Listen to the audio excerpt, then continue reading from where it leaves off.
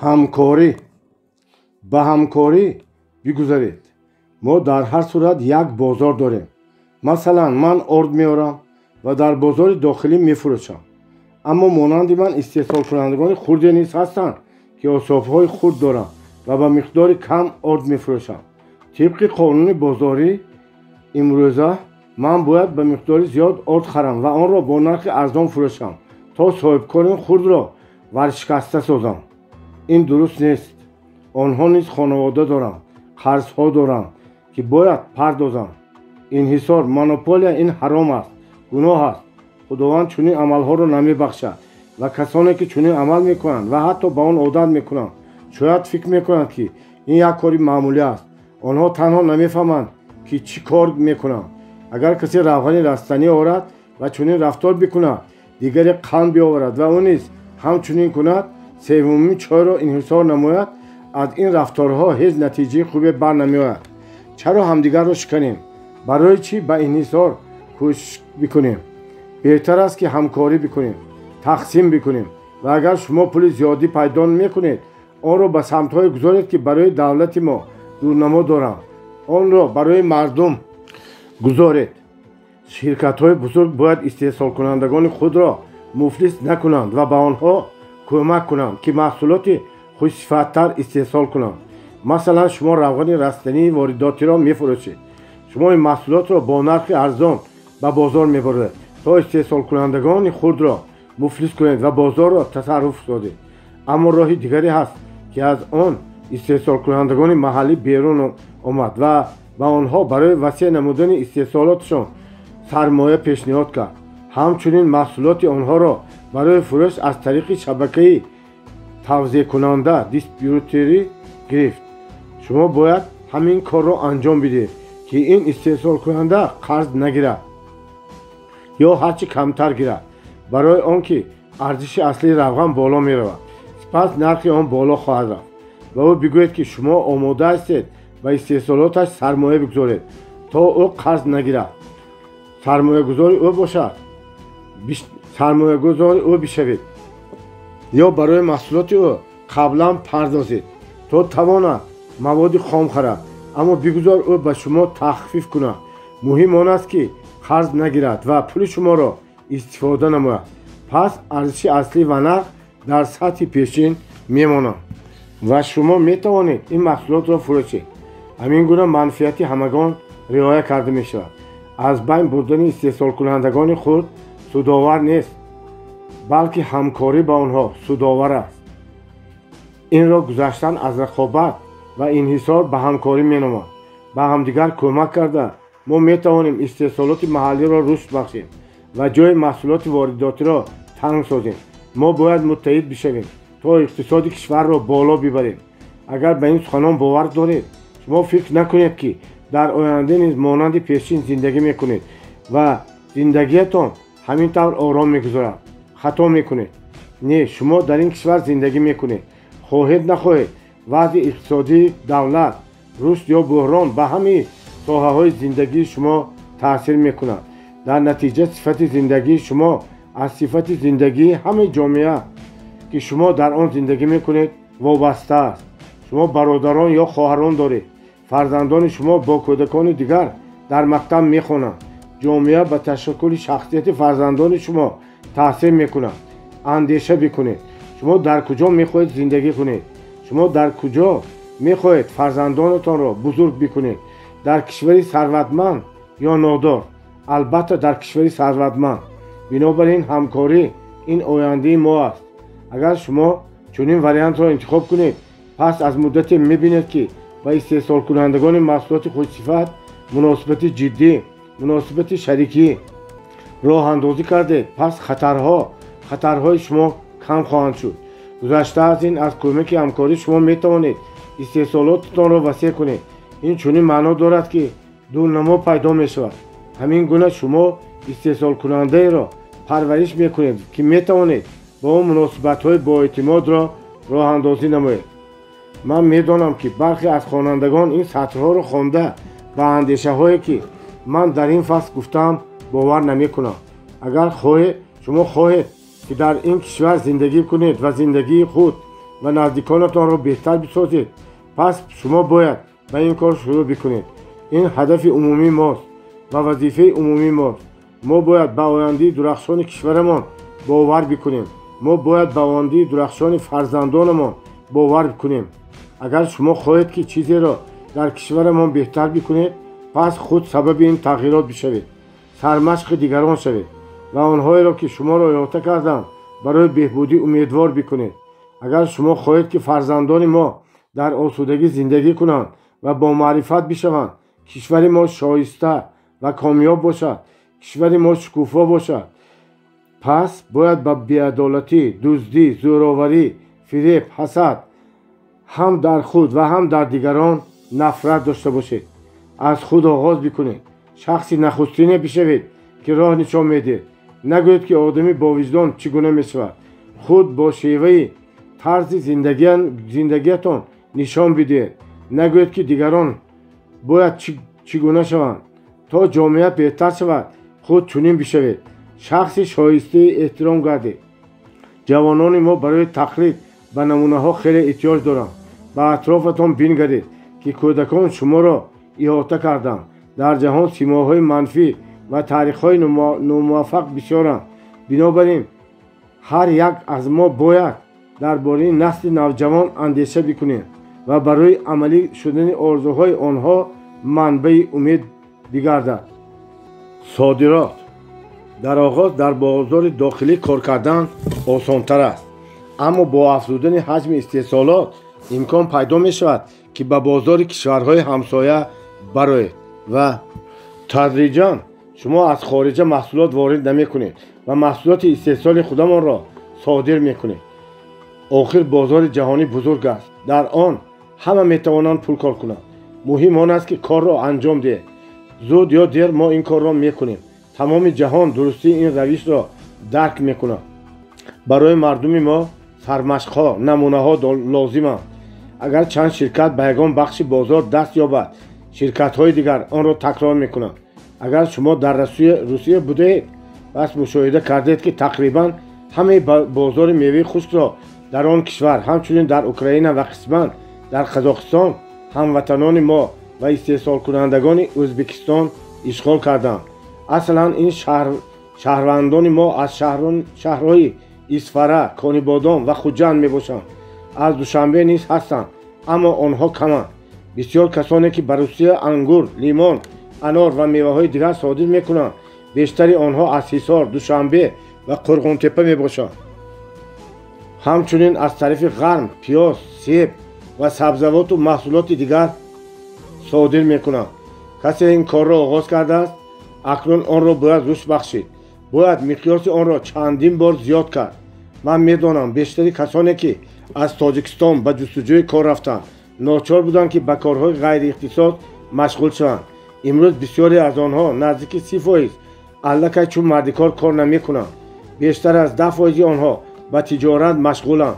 شهروندان ما در نووسیبیرسک، کراسنودار، سنت پترزبورگ، قزان، ایرکوتسک و بسیار شهرهای دیگر مرکزهای تجارتی، بازار و مغازه‌ها دارند. این چنین معنی دارد که شما باید محصولات خوش‌صفت استحصال کنید. پس با آنها ملاقات کرده محصولات خود را پیشنهاد کنید. از 10 نفر کسی حتما برای فروش محصولات شما کمک میکند و کانال فروش را راه اندازی مینماید. من میخواهم بگویم که این شخصان در عمق دلشان وطن خویش را دوست می‌دارند و آرزو میکنند که به آن کمک بکنند. همین گونه در آغاز باید کوشش کرد که محصولات شما در بازار پیدا شود. با تدریج آن حتما خریداران خود را پیدا میکند. در سالهای 60 بسیار چینی ها به استرالیا و امریکا مهاجرت نمودند. در آنجا در ساختمان ها، کانها کار کردند، راه های اتومبیل و آهن ساختند. اصلا چون مردکار مانند ما امروز در روسیه کار کردند. در آغاز سالهای 90 چینی ها سرمایه نخستین خود را در امریکا کار کرده در کشور خویش سرمایه گذاری کردند. محض همان زمان رشد به تدریج اقتصادی آغاز گردید و این رشد توجه شرکت های بزرگ جهان را جلب کرد. آنها در اینجا به ساختمان کارخانه ها پرداختند.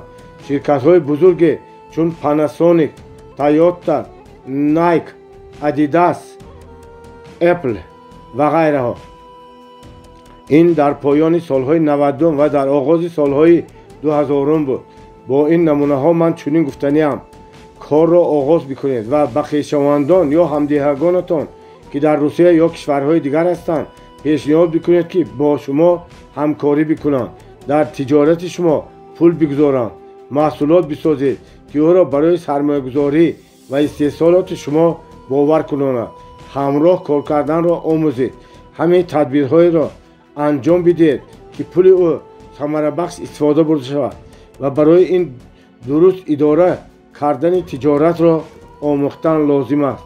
در دوره‌های آموزشی استاد ماهر مستر کلاس ما برای صاحبکاران برگزار می‌گردد. شرکت نمایید و از کار کردن و شریکان آغاز نمودن تجارت، چگونه تکنولوژی را استفاده بردن، چگونه کارمند را کرایه و اداره کردن، چگونه بازاریابی مارکتینگ را استفاده کردن، چگونه راه اندازی نمودن محصولات و غیره را بیاموزید.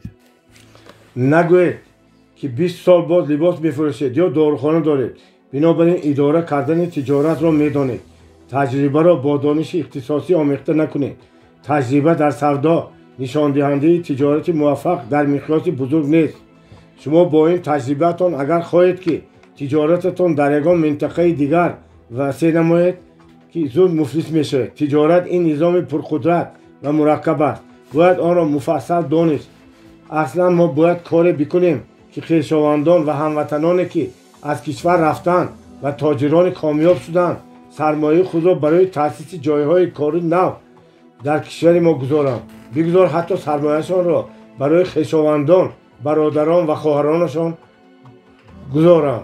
آخر آنها در هر صورت در آنجا پول کار میکنند و همین پول زیادی را به اینجا میفرستانند. این پول را برای تعمیر، جشن عروسی، لباس و غیره صرف کردن نادانی است. و اگر شما تجارت دارید آنها تنها یک بار تجارت شما را سرمایه گذاری میکنند و این منبع شما و خویشاوندان را همیشه میخوراند.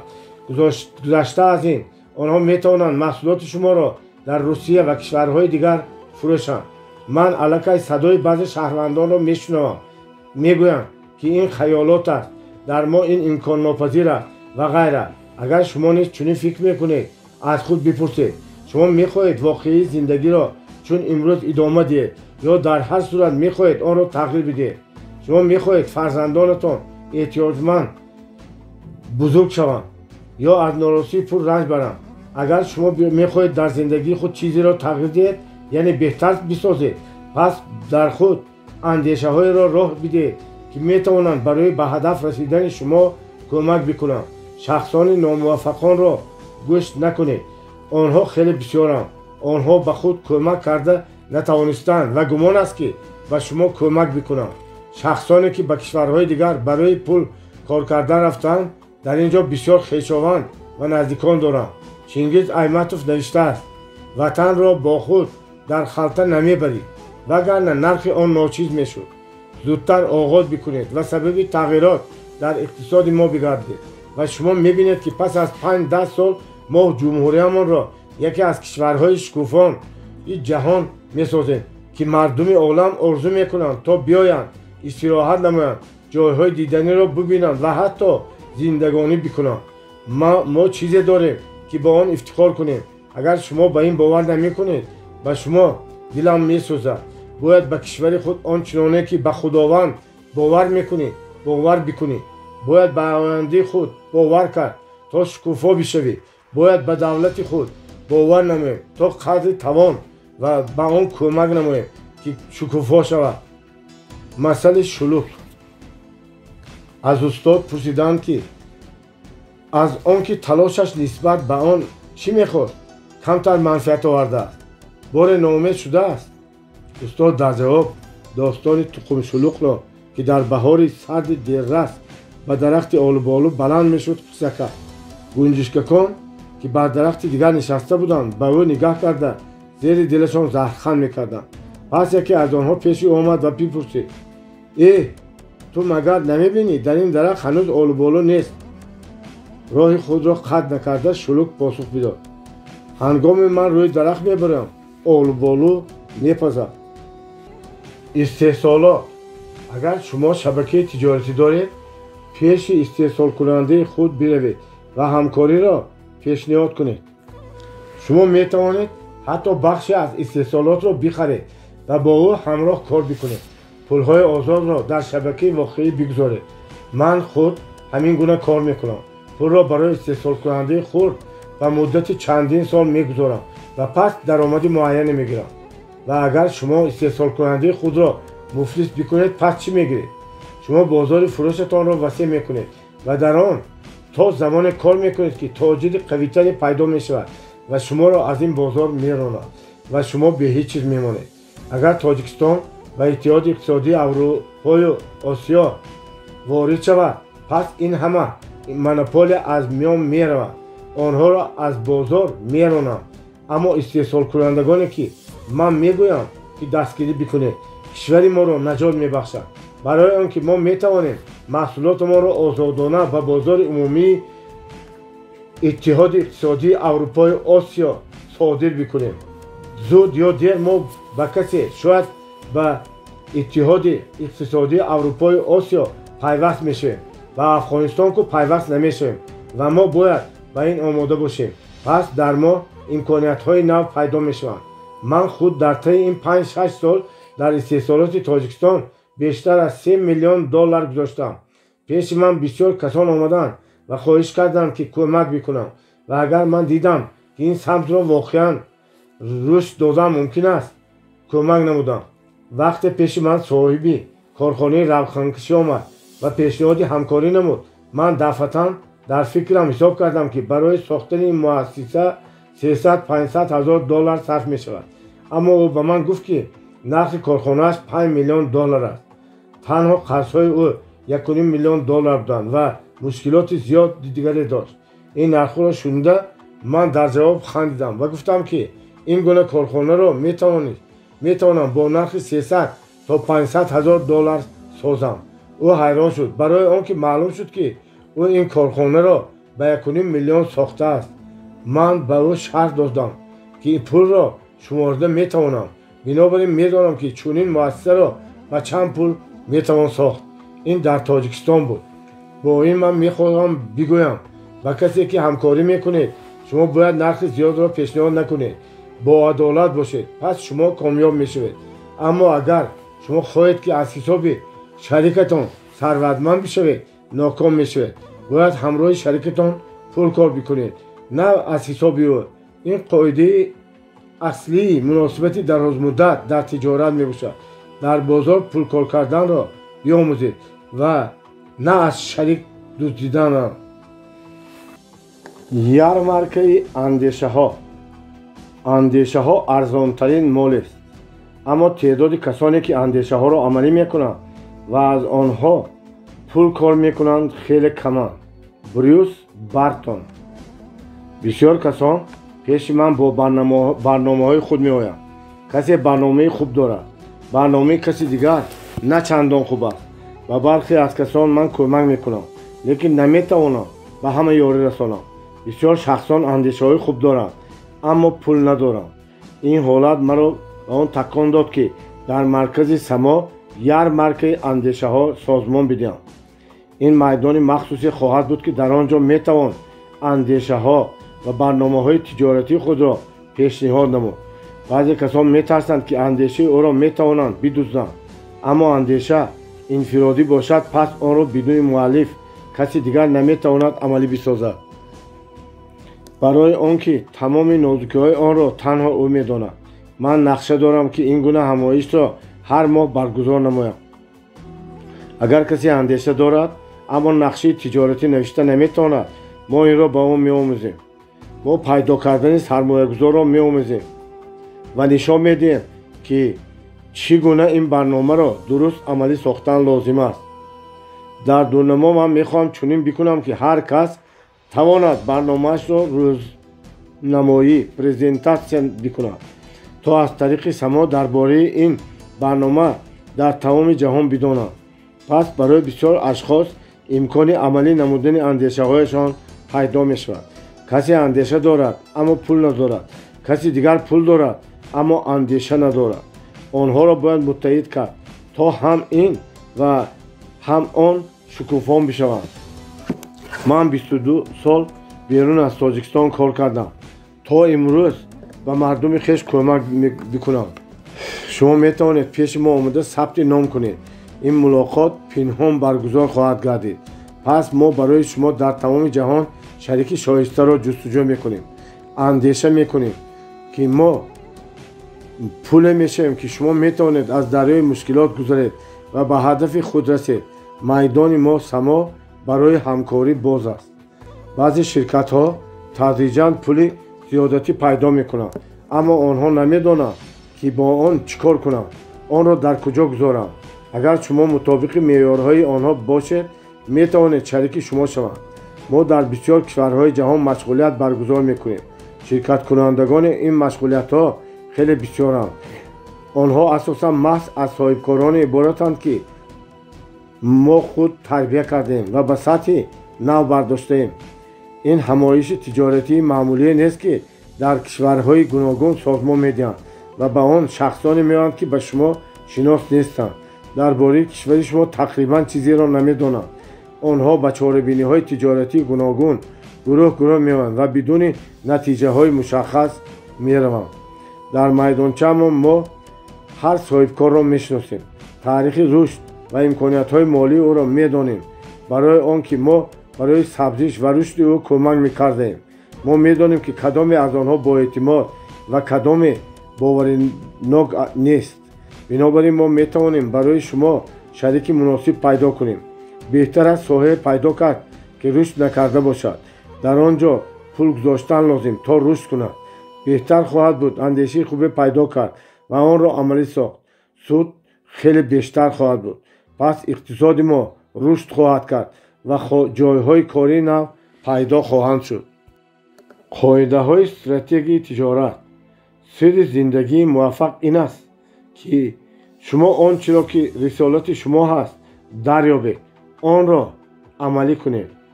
هنری فورد. توجهتان را از بازار داخلی به بازار بیرونی روانه بکنید. بازار داخلی از محصولات وارداتی پر است. آنها را از امارات، ترکیه، ایران، روسیه و غیره می آورند. این در رقم ها چنین می نماید. 70-80% بازار داخلی را محصولات وارداتی و تنها 20-30% را درصد این بازار را محصولات جمهوریه‌مان تشکیل می دهند. بنابراین ما باید استحصال خود را رشد بدهیم تا شکوفا شویم. من این را باز تکرار می کنم تا شما وضع کار را روشن فهمید و به این مسئله مهم دقت خود را روانه کنید. البته با استحصالات مشغول شدن بسیار دشوار است. بسیار مشکلی ها را باید حل نمود.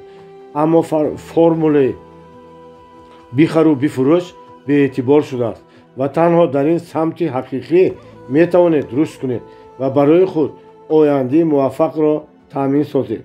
بنابراین باید تنها محصولات طبیعی استحصال کرد. این اصول باید ایدئولوژی ما شود. بافندگی باید تنها طبیعی، پخته، پشت و غیره باشد. موادهای خوراکی از جهت اکولوژی تازه باشد. پس شما می توانید بازار فروش را زود پیدا بکنید. تنها با یک آب می توان میلیون ها پول کار کرد. ما آب تازه، طبیعی و خوش‌طعم داریم. در تمام منطقه تنها در تاجیکستان و قرقیزستان چنین آب است. نه در ازبکستان و نه در قزاقستان نه در ترکمنستان این گونه آب نیست. در پهلوی ما چین است که دارای بازار بزرگ می باشد. هندوستان دارای همین گونه بازار است که آن نیست دور نیست. مثلا کارخانه آب زلال را کدام شرکتی قزاقی خریده است. این شرکت در تاجیکستان تقریبا محصولات نمی فروشد. همه آن را به هندوستان می فرستند. هر روز ده ها بارکش فورا به این کشور می روند. این تجارت خیلی سودآور است. همه این به انتخاب استراتژی وابسته می باشد. شبکه ها بسازید. باز یک استراتژی این ساختن شبکه های مغازه ها، شبکه های داروخانه ها، شبکه های توقفگاه های اتومبیل ها، شعبه های بانک ها و فروختن آنها و شرکت های بزرگی که می خواهند به تاجیکستان وارد شوند می باشد. این را باید حاضر آغاز کرد. در هر صورت ما پس از چند سال به اتحاد اوراسیا در مرحله نخست آن اتحاد گمرکی نامیده می شود وارد میشویم و چون این روی بدهد شرکت‌های خارجی پیش ما میاد. گازپروم علاقه در تاجیکستان کار میکند. دقیقاً همین گونه شرکت‌های دیگر را نیز میآیند. اگر شما شبکه خوب داشته باشید میتوانید آن را به این گونه شرکت‌ها فروشید و مولتی میلیونر شوید. اما باید امروز بساخت، نه پگاه دیگر، یا بانک و شعبه های آن را بسازید یا شرکت بیمه سقوطه و شعبه های آن را در منطقه ها سازید یا شبکه های نقطه های تجارت یا مغازه ها را بسازید. اصلا نظام تجارتی چندین شاخه سازید که جایش را در بازار تاجیکستان پیدا کند و پس از وارد شدن به اتحاد اوراسیا طلبات داشته باشد. کوشش نکنید که در یک روز ثروتمند بشوید. این امکان ناپذیر است. شما باید بازار فروش محصولات و خدمتگزاری را تشکل بدهید. یک چند مثال روشن میارم.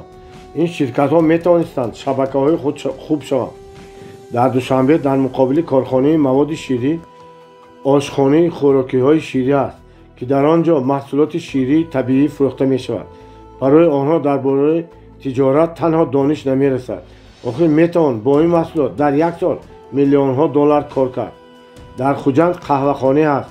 نامش را در یاد ندارم که در نزدیکی مجسمه کمال خوجندی در سر چهارراه واقع است. عادتا بسیار کسان آنجا صبحانه می خورند. صاحبان این قهوه خانه می توانند نه ده ها بلکه صدها قهوه خانه باز بکنند. سیام، من در خوجند شاگردان دارم. دو برادرم. آنها دندان پزشکند. همراه کار میکنند. پزشکخانه آنها صدف نام دارد. آنها در آموزش های من در جریان 3 سال اشتراک کرده نتیجه های بسیار را به دست آوردند. به گفته آنها تجارتشان 5-6 بار افزوده است. اصلا میتوانند آنها در این ساحه در تاجیکستان حتی در منطقه مدل تجارتی دیگر را استفاده کرده رقم 1 شوند. چهارم، آب سنگ گریان در ناحیه عینی در دهه زیرآباد استحصال کرده می شود. این محصولات در صورتی که صاحبانش بازار فروش را تشکل دهند و نظام مطابق سازند می تواند در تمام آسیا میانه و حتی در منطقه های دیگر آب رقم 1 بشود. پنجم، در دوشنبه در پهلوی خانه مطبوعات که از تلویزیون سفینه دور نیست من تریلری خرد را دیدم که چون دکان تجارتی فعالیت میکرد. در آن تنها محصولات شیری میفروختند. صاحب این نقطه سودا میتوانست صاحب تجارتی میلیونی شود. ششم، در خوجند قهوه‌خانه با نام شکرانه نعمت موجود است. این قهوه‌خانه را میتوان به شبکه قهوه‌خانه ها را تبدیل داد که از چایخانه نمره 1 روسیه بهتر نباشد.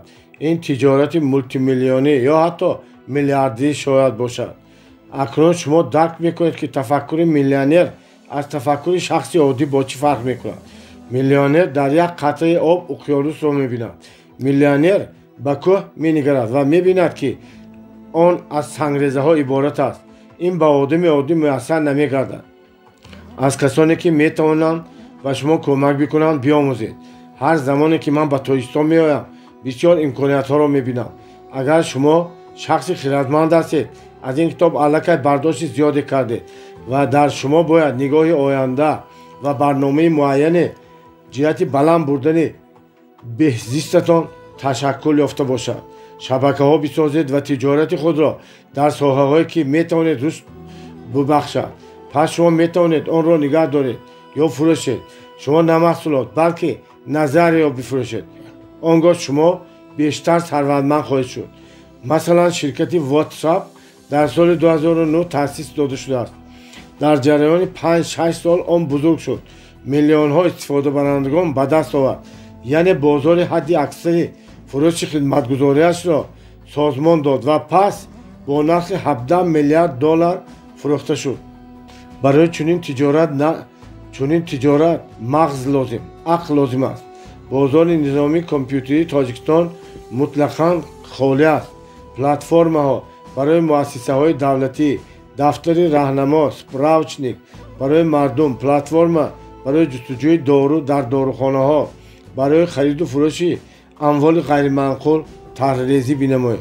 برای سیاحان پلتفرم مکمل نیست. آنها نمیدانند که در کجا کدام خدمتگزاری ба кадом нарх пешниҳод карда мешавад, дар кадом меҳмонхона беҳтар аст таваққуф кард, ба кадом ҷойҳои диданӣ бирафт. барои хидматгузории таблиғотӣ платформа бисозед, то тоҷирони навкор донанд ки чиро дар куҷо бояд харидорӣ кард. барои мактабҳои олӣ, муассисаҳои миёна, хидмати амниятӣ ва муҳоҷират ва ғайра платформа бисозед. тасаввур бикунед ки боз чандин чизҳоро метавон дар кишвар бикард. имконҳои бузург барои ташаббус зоҳир кардан ҳастанд. онҳоро танҳо бояд биомӯхт. ман ба шахсоне ки дар соҳаи худ мутахассиси хуб ҳастанд бештар мулоқот мекунам, аммо онҳо тафаккури тиҷорат надоранд. онҳо намебинанд ки чӣ тавр метавон дониши худро ба пул табдил бидод. агар шумо мутахассис ҳастед ва даромадатон шуморо қаноат намекунонад, ҳатман силсила китобҳои маро бихонед ва дар тренингҳои мо ширкат бикунед. тафаккури шахси сарватмандро ташаккул бидед, дар худ тафаккури миллионерро рушд бидед ва ҳатман шумо натиҷаҳои бузургро ба даст меоваред. агар шумо натавонед аз ҷиҳати нарасидани донишатон ва ё бо сабаби ба он чизҳо бовар накарданатон имкониятҳоро истифода набаред, бисёр боиси таассуф аст. аз ин шумо фақат бохт мекунед. агар тасмим гирифтаед ки тиҷоратро меомӯзед, шумо имкон пайдо мекунед ки комёбиро ба даст биёред ва ин барои шумо, хонаводаи шумо ва наздикони шумо бисёрам хуб аст. ба азимҷуссаҳо рақобат накунед, аз канори онҳо бигузаред. боз як усули интихоби стратегия ин ба азимҷуссаҳо рақобат накарда аз канори онҳо гузаштан аст. ин усулро метавон дар намунаи об шарҳ дод. замоне об дар роҳи худ ба монеа дучор мешавад, он кӯшиш намекунад ки монеаро дур созад, балки аз канори он мегузарад. дар тиҷорат низ ҳамин гуна аст. агар шумо ба рақиби тавонон рӯбарӯ биёед, талош кунед ки бо ӯ рақобат накунед, танҳо аз канори ӯ бигузаред. маҳз ҳамин гуна ман бизнес тренери байналмилалӣ шудам. охир дар ҷаҳон ҳамин гуна мутахассисони бисёр ҳастанд. дар ин мавзӯъ китобҳои бисёре навишта шуданд. ман стратегияи равшанеро пеш гирифтам ки ба ҳеҷ касе рақобат намекунад ва барои ин низомеро таҳризӣ кардам ки касе надорад.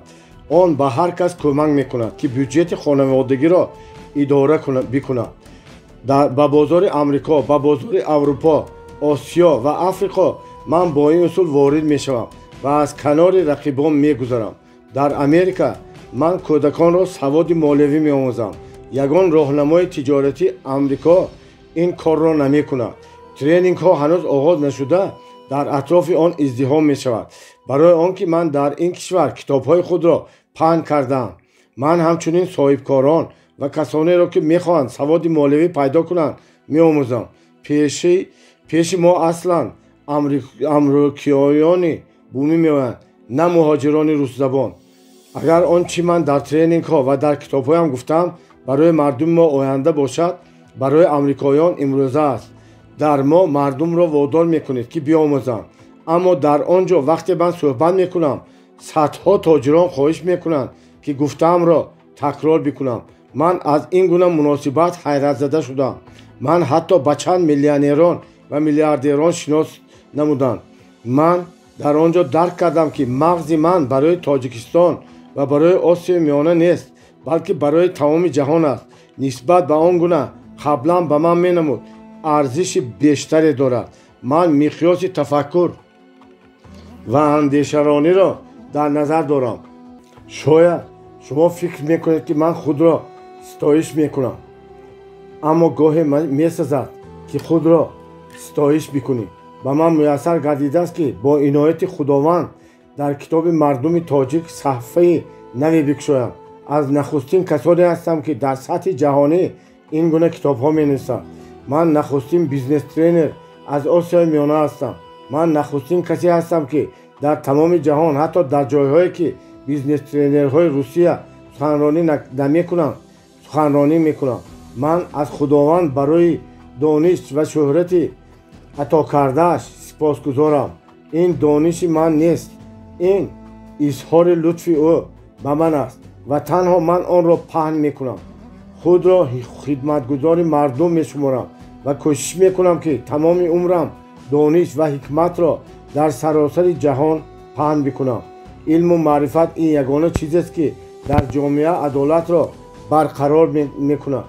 این آموزش نوابسته از ملت و جای تولد، نوابسته از دارایی یا ناداری به هر کس کمک میکند که به هدف رسد و آرزوهایش را عملی سازد. آموزش مردم را متحد میسازد.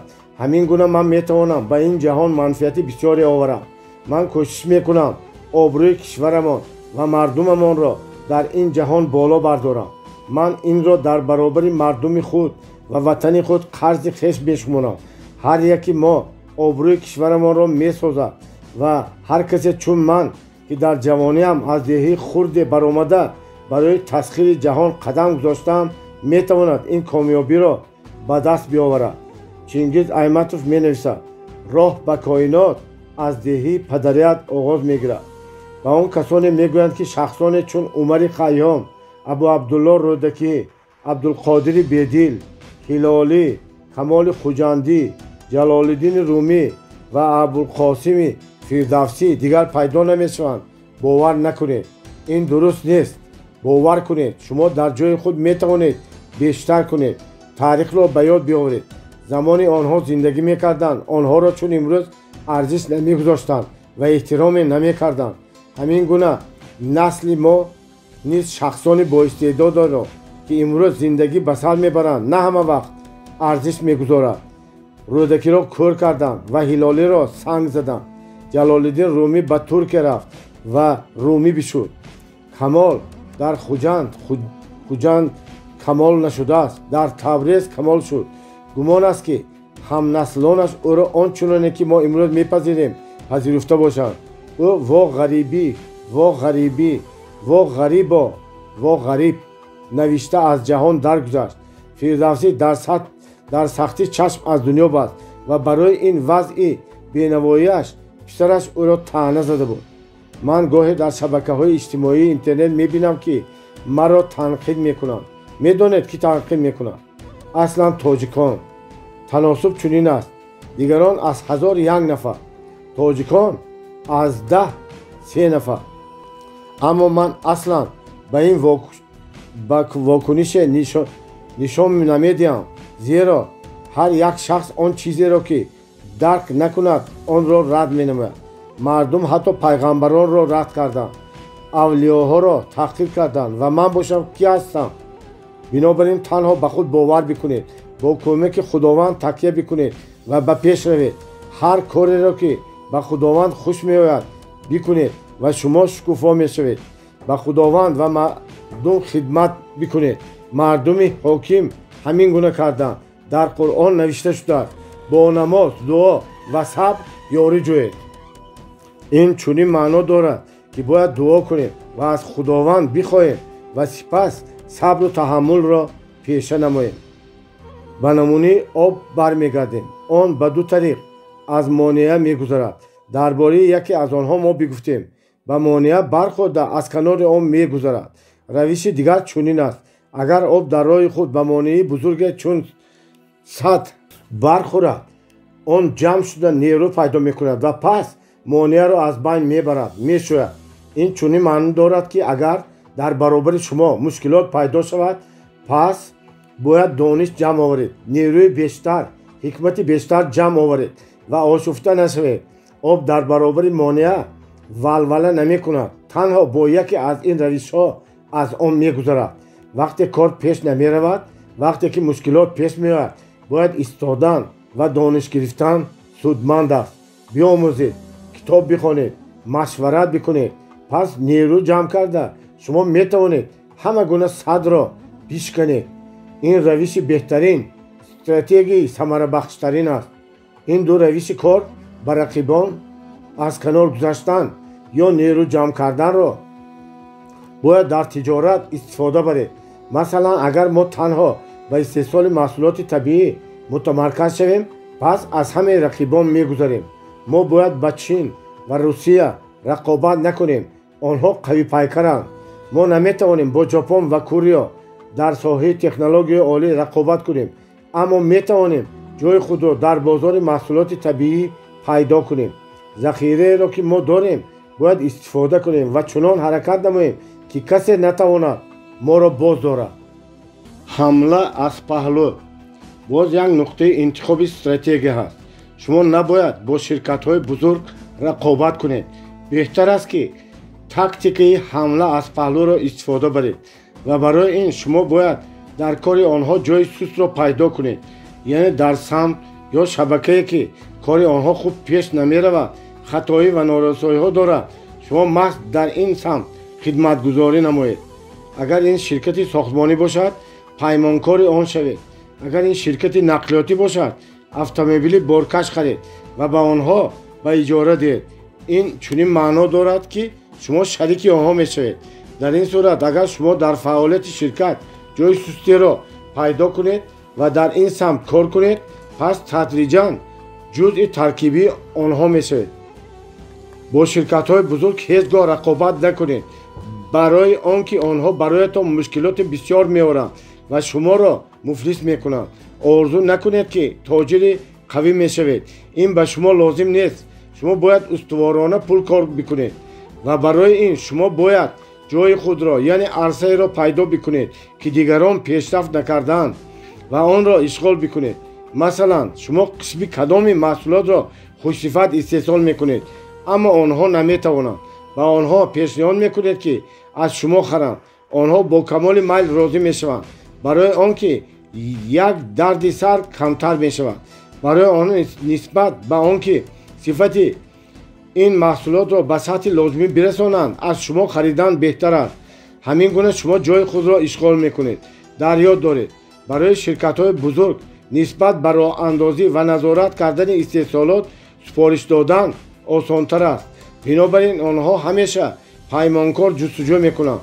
шумо аз онҳо танҳо бахше аз супоришҳоро бигиред. ин гуна стратегияро замони қаҳвахонаи мантуи насиба дар шаҳри хуҷанд истифода бурда буд. ман дақиқан дар ёд дорам ки ин дар соли 2012 буд. онҳо мантуро ба чорабиниҳо оварданд. ба ин стратегия ва модели тиҷоратӣ бингаред. онҳо дар оғоз мантуро дар қаҳвахонашон барои касоне ки он ҷо хӯрохӯрӣ мемонданд мефурӯхтанд. аммо ҳангоми ягонагии маҳсулоти худро дарк карданд, онҳо стратегияи дигареро таъризӣ намуданд ки ба ҳамла аз паҳлӯ монанд аст. яъне шумо дар тарабхона ҷашн барпо мекунед, аммо мантуро на дар он муассиса, балки дар муассисаи дигар супориш медиҳед, барои он ки дар он ҷо воқеан хушмазза тайёр мекунанд ва онҳо на танҳо мантуи тайёр меоранд, балки онро дар мантудон оварда боз мекарданд. дар қаҳвахонаи мантуи насиба дарк карданд ки ин маҳсулот рақобатпазир аст ва ба кор шурӯъ карданд. аммо онҳо 20 қаҳвахона боз накарданд. онҳо бахши ҷашни арӯсиро интихоб карда танҳо ба тарабхонаҳо мантуи худро пешниҳод намуданд. ин хеле бароҳат буд. супориши бисёр ва дар як вақт. ин модели олӣ аст. намедонам ин қаҳвахона имрӯз кор мекунад ё не, аммо ин воқеъ аст ки онҳо нисбат ба касоне ки дар ин соҳа кор мекарданд, маъракаҳои бисёреро таъмин намуданд. боз як намунаи умумии стратегияи ҳамла аз паҳлӯ ин шашлики хуҷанд аст. ин махсусан дар тамоми душанбе ва ҳатто дар ҷануби тоҷикистон бренд гардид. ин бренд дар душанбе дар солҳои 2014-2015 пайдо шуд. соҳибкорони шаҳри душанбе қаҳвахона ва тарабхона боз карданд. шашликпазони шаҳри хуҷандро даъват намуданд. ин кор муддати муайян идома кард, аммо сипас шашликпазон бисёр шуданд ва ба онҳо пули кам пардохтанд. мутобиқан онҳо боз ба хуҷанд баргаштанд. ин вазъ ба пайдоиши стратегие ки ба стратегияи ҳамла аз паҳлӯ монанд аст мусоидат кард. касе дарк кард ки барои қаҳвахона ё тарабхонаи худ нигоҳ доштани шашликпаз қимат меафтад ва на ҳамеша харҷро мепӯшонад ва тасмим гирифт ки шашликро бо модели дигар фурӯшад. ӯ ба қаҳвахона ё тарабхона омад ва пурсид ки ба онҳо дар як рӯз чанд сих шашлик лозим аст, ин ки харидоронро таъмин бикунанд, ва пас маҳсулоти олисифатро дар шакли нимтайёр пешниҳод намуд. онро танҳо бояд дар оташ гарм бикард ва ба харидор пешниҳод намуд. гузашта аз ин ӯ шарҳ дод ки ин барояш судовар аст, барои он ки муассиса аз ба кор нагирифтани шашликпаз сарфаҷӯӣ мекунад ва шашлики олисифат мегирад ва чунин маънӣ дорад ки خریدار پیش رقیب نمی رود. همچنین او اطلاع داد که محصولات را با کدام نرخ پیشنهاد میکند و وعده کرد که هر روز باقی مانده را با محصولات نو عوض میکند و البته قهوه‌خانه و طربخانه ها ششلیک های آنها را با کمال میل میگرفتند چون یک مشکلات کمتر شد. این استراتژی عالی بود. من شنیدم که هر بیگاه این شخصان از خوجند به تمام تاجیکستان چندین هزار سیخ ششلیک میفرستند. محصولات آنها با ماشین با تمام مؤسسه هایی که سفارش میدهند برده میشد. مقیاس آن خیلی کلان بود. یک طرف تا دنغره، طرف دیگر تا کلخوزآباد، طرف سومی تا ریگر و نیز ولایت سوخت. این استراتژی عالی است. خوانندگان گرامی من، شما مشاهده کردید که همه سرگذشته که من به صفت نمونه آوردم نه در روسیه نه در امریکا بلکه در تاجیکستان به وقوع آمده است. این را من برای آن کردم که شما خود را سفید نکنید که در شما این نقشه ها کار نمی کند و غیره. این نقشه ها در ما مدت های پیش کار می کنند. آیا این در شما کار می کند؟ شما خود قرار قبول کنید. شاید شخصانی که من گفتم خود درک نمی کنند که استراتژی معلوم را استفاده می برند، اما اگر آنها اداره کردن تجارت را می آموختند پس کامیابی موقتی آنها دراز مدت می شد و حالا استراتژی آنها را رقیبان می توانستند آسان نسخه برداری کنند. بنابراین دوره زندگی استراتژی آنها خیلی کوتاه است. استراتژی بعضی از آنها بهتر کار می کند، برخی دیگر بدتر می شود. نمونه دیگر می آورم. همین گونه استراتژی را استحصال کننده محصولات یخماز 33 استفاده می برد، اما آنها به این کار آماده بودند. آنها برند ساختند و آن کمک می کند که استراتژی آنها بیشتر دراز مدت باشد. آفرین. وقتی من می بینم که کسی کار درست می کند این باعث تحسین من می شود. خواننده گرامی من، اگر شما تا این سطح ها بخوانده و راه یا اندیشه برایتان پیدا نشد که چی گونه باید $100,000 کار کرد، پس بسیار نقطه ها از پیش تفکر شما گذشته است. شاید شما باید به خود قابلیت آموزش را رشد بدهید. آموزش این زحمت دشوار است. این کتاب را چندین بار بخوانید. همه مجموعه کتاب های چاپ شده را پیدا بکنید. کتاب ها همچون چرخگردان مخاویک ساعتند که در سر شما نظام کل به وجود می آورند. این کتاب ها را پی هم چندین بار بخوانید. در دوره های آموزشی ما شرکت کنید و خدا خواهد میلیونر خواهید شد. قهرمان من بشوید. من بسیار نامه های سپاس می گیرم. شخصان می نویسند که از برکت کتاب های ما و ترینینگ های ما تجارت خود را باز کردند و از قرض ها رها شدند، درآمدشان را 2 برابر کردند و غیره. هنگام شما تجارت خود را می سازید فراموش نکنید به ما بنویسید، کامیاب بشوید و به اشخاص دیگر کمک بکنید. مثل 2 نقاش. این در چین باستانی روی داده بود. در نمایشگاه بزرگ نقاشان داوران جمع آمده بودند تا نقاش بهترین را انتخاب بکنند. داوران نقاشان را دور و دراز بررسی کردند، ارزشگذاری نمودند و نهایت 2 نقش بهترین را انتخاب کردند. اما پس تصمیم گرفته نتوانستند که کدام از این نقاشی ها بهترین است. آنها از جهت مهارت ارزش برابر داشتند. این زمان بشر حکیم خینگ شی مهمان شد. او نیز به نمایشگاه آمد. هنگامی که او را شناختند خواهش کردند که به حل این مشکلات یاری بکنند. خینگ شی نقاش ها را با توجه بدید و گفت که آنها ارزش برابر دارند و از این را وی غالبان را با معیار دیگر انتخاب خواهد کرد. به هر یکی از نقاشان او یک سوال داد: شما چی می‌اندیشید؟ در نقاشی های شما چی نارسایی هست؟ نقاش نخستین پاسخ داد: من در ایجاد خودم نارسایی را نمی‌بینم. دومین بیاندیشید و بگفت که نارسایی ها خیلی بسیارند و او نمی‌داند که از کدام نارسایی آغاز کند. خینگ شی جایزه پیروزی را به او بداد. هنگامی از او پرسیدند که برای چی این گونه رفتار کرد، چون این پاسخ بداد: نقاش نخست در کار خود نارسایی نمی‌بیند، پس او از رشد باز مانده است، دیگر رشد نمی‌کند. او قناعتمند است و دیگر هیچگاه نقش بهتر را نمی‌آفرد. نقاش دوم به خود با انتقاد نگاه میکند. او نارسایی ها را میبیند و درک میکند که میتواند نقش بهتری بکشد. راه رشد او ادامه دارد. او در زندگی باز بسیار کارها را انجام میدهد. بنابراین من او را پیروز دانستم. قهرمان من بشوید. اگر شخص بشمارد که او در جهان همه چیز را از شب عروسی مگس و پشه ها تا ستاره های آسمان و کیهان میداند، ما به او کمک نمیکنیم. اما اگر شما درک کرده باشید که دانش و حکمت آموخته باز زیادتر پیشرفت میکنید، ما به شما کمک میکنیم. کتاب های ما را بیاموزید و دانش های گرفته‌تان را تجربه بکنید. پس شما حتما نتیجه های بیشتری را به دست می آورید. قهرمان من بشوید. من بسیار شاگردان دارم که دانش های ما را آموختند و تجربه کردند و نتیجه های خیلی خوب را به دست آوردند. درباره برخی از آنها همچون نمونه میگویم. نیلوفر، او کتاب کودک نابغه من را خوانده است. من در آن نوشته بودم که اگر کارتان پیشرفت نکند و شما نمیدانید که چگونه باید تجارت کرد، تنها جایهای زیباترین وطنمان را صورت بگیرید و آنها را در اینترنت بگذارید.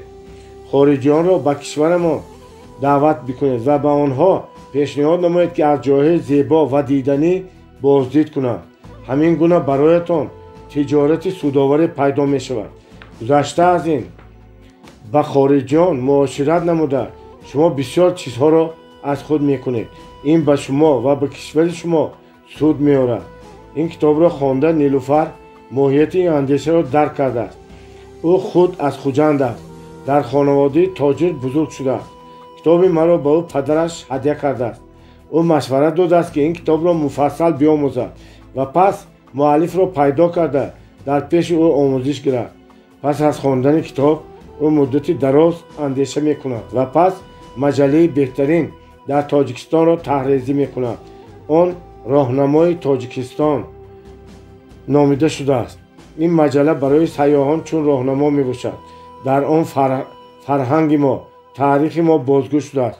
جایهای دیدنی کشورمان تصویر گردیده است. هنگامی که من با او ملاقات کرده بودم، او 2 یا 3 شماره منتشر کرده بود. من کمک کردم که این ساختار مجله را درست بکند تا آن را با مجله تبلیغاتی یا مطبوعاتی خیابانی تبدیل ندهد. همچنین ما استراتژی پیشرفت این مجله را طرحریزی کردیم. امروز من با کمال اطمینان گفته میتوانم که این بهترین مجله است که میتوان به مهمانان خارجی نشان داد و هدیه کرد تا آنها درباره کشور ما بیشتر دانند. هنگامی که پرزیدنت ازبکستان و هیئت رسمی نمایندگان این جمهوری به تاجیکستان آمدند، این مجله را به همه اعضایان هیئت تقدیم کردند. باز یک نمونه روشن دیگر میارم. من در سفرهایم این مجله را با خود میبرم. به همه دوستان خارجی هم تقدیم میکنم و دعوت میکنم که آنها از تاجیکستان دیدن بکنند. این مجله مصور و پرمحتوا است و برای کسانی که میخوان از کشور ما بازدید به عمل بیارند معلومات بسیاری سودمند دارد. بار من در امریکا این مجله را روی میز یک میلیاردر گذاشتم. سال دیگر من باز به این کشور آمدم و با او ملاقات کردم. باعث حیرت من بود که او خود درباره این مجله یادآوری کرد و گفت که یکی از دوستان او که به تجارت سیاحی مشغول است این مجله را بار دیده خواهش کرده گرفت و آن را خوانده است. حالا او میخواهد با من ملاقات بکند. ما واخوری کردیم. معلوم شد که او مولتی میلیونر بوده، شرکت بزرگی دارد.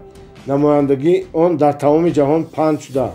او پیشنهاد همکاری کرد. در جریان صحبت روشن گشت که او در سامانه خود از مردم دعوت کرده است که از تاجیکستان دیدن بکنند تا از این تاریخ معلوم بسازد آیا خواهشمندانی هستند که به کشور ما بیایند و یک مقاله را با زبان انگلیسی از این مجله با زبانهای روسی و انگلیسی چاپ می شود در سامانه‌اش جای داده است.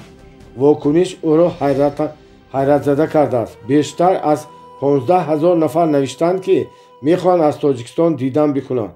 پس او خود به دوشنبه آمد و حالا روی مسئله آن کار میکند که به تاجیکستان هرچی بیشتر سیاحان را بیارد. من بعضی معلومات مشتریان و آمار او را دیدم. معلوم شد که او از سیاحانی که از اروپا و آمریکا به اندونزیا میآیند در یک سال بیشتر از 44 میلیون دلار کار میکنند و او حالا روی مسئله عمومی کردن سیاحی در تاجیکستان کار کرده شده است. خود تصور بکنید این مقاله باعث آن گردید که بیشتر از 15,000 خارجیان درباره کشور ما اندیشه مثبت پیدا کنند. تصور بکنید اگر هر یکی از هموطنان ما که بیرون از تاجیکستان میروند چنین کنند.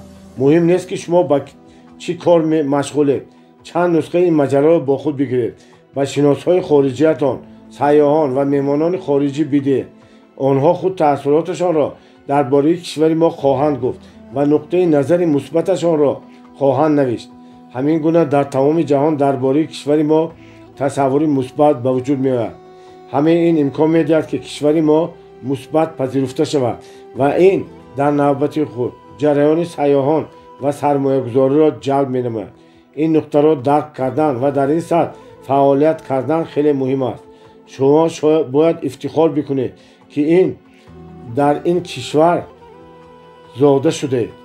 عزیزان من 22 سال است که بیرون از تاجیکستان زندگی میکنم. من بسیار امکان داشتم که در دیگر دولت‌ها شهروندی بگیرم، اما با وجود آنکه به صفت شهروند کشور دیگر برایم به تجارت مشغول شدن آنجا خیلی آسان‌تر بود، من رد کردم.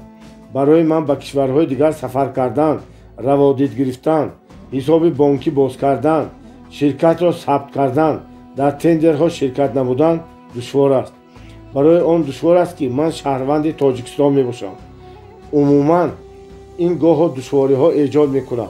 من بسیار پول ها را از دست می دهم و نمی توانم از بسیار امکانیت ها استفاده برم. اما با وجود همه این من هیچگاه شهروندی خود را تغییر نمی دهم.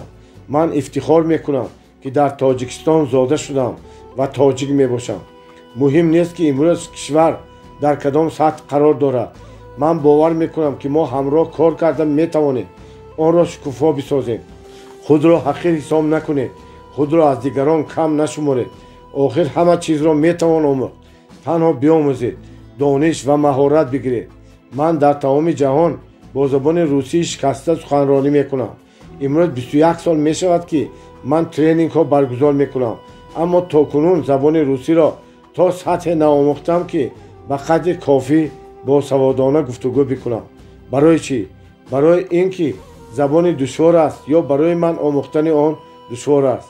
نه، من به خطای نحوی، گراماتیکی و تلفظی به خاطر جوانان ما که مانند من از ناحیه و دهه‌های دوردست آمدند سخن میرانم.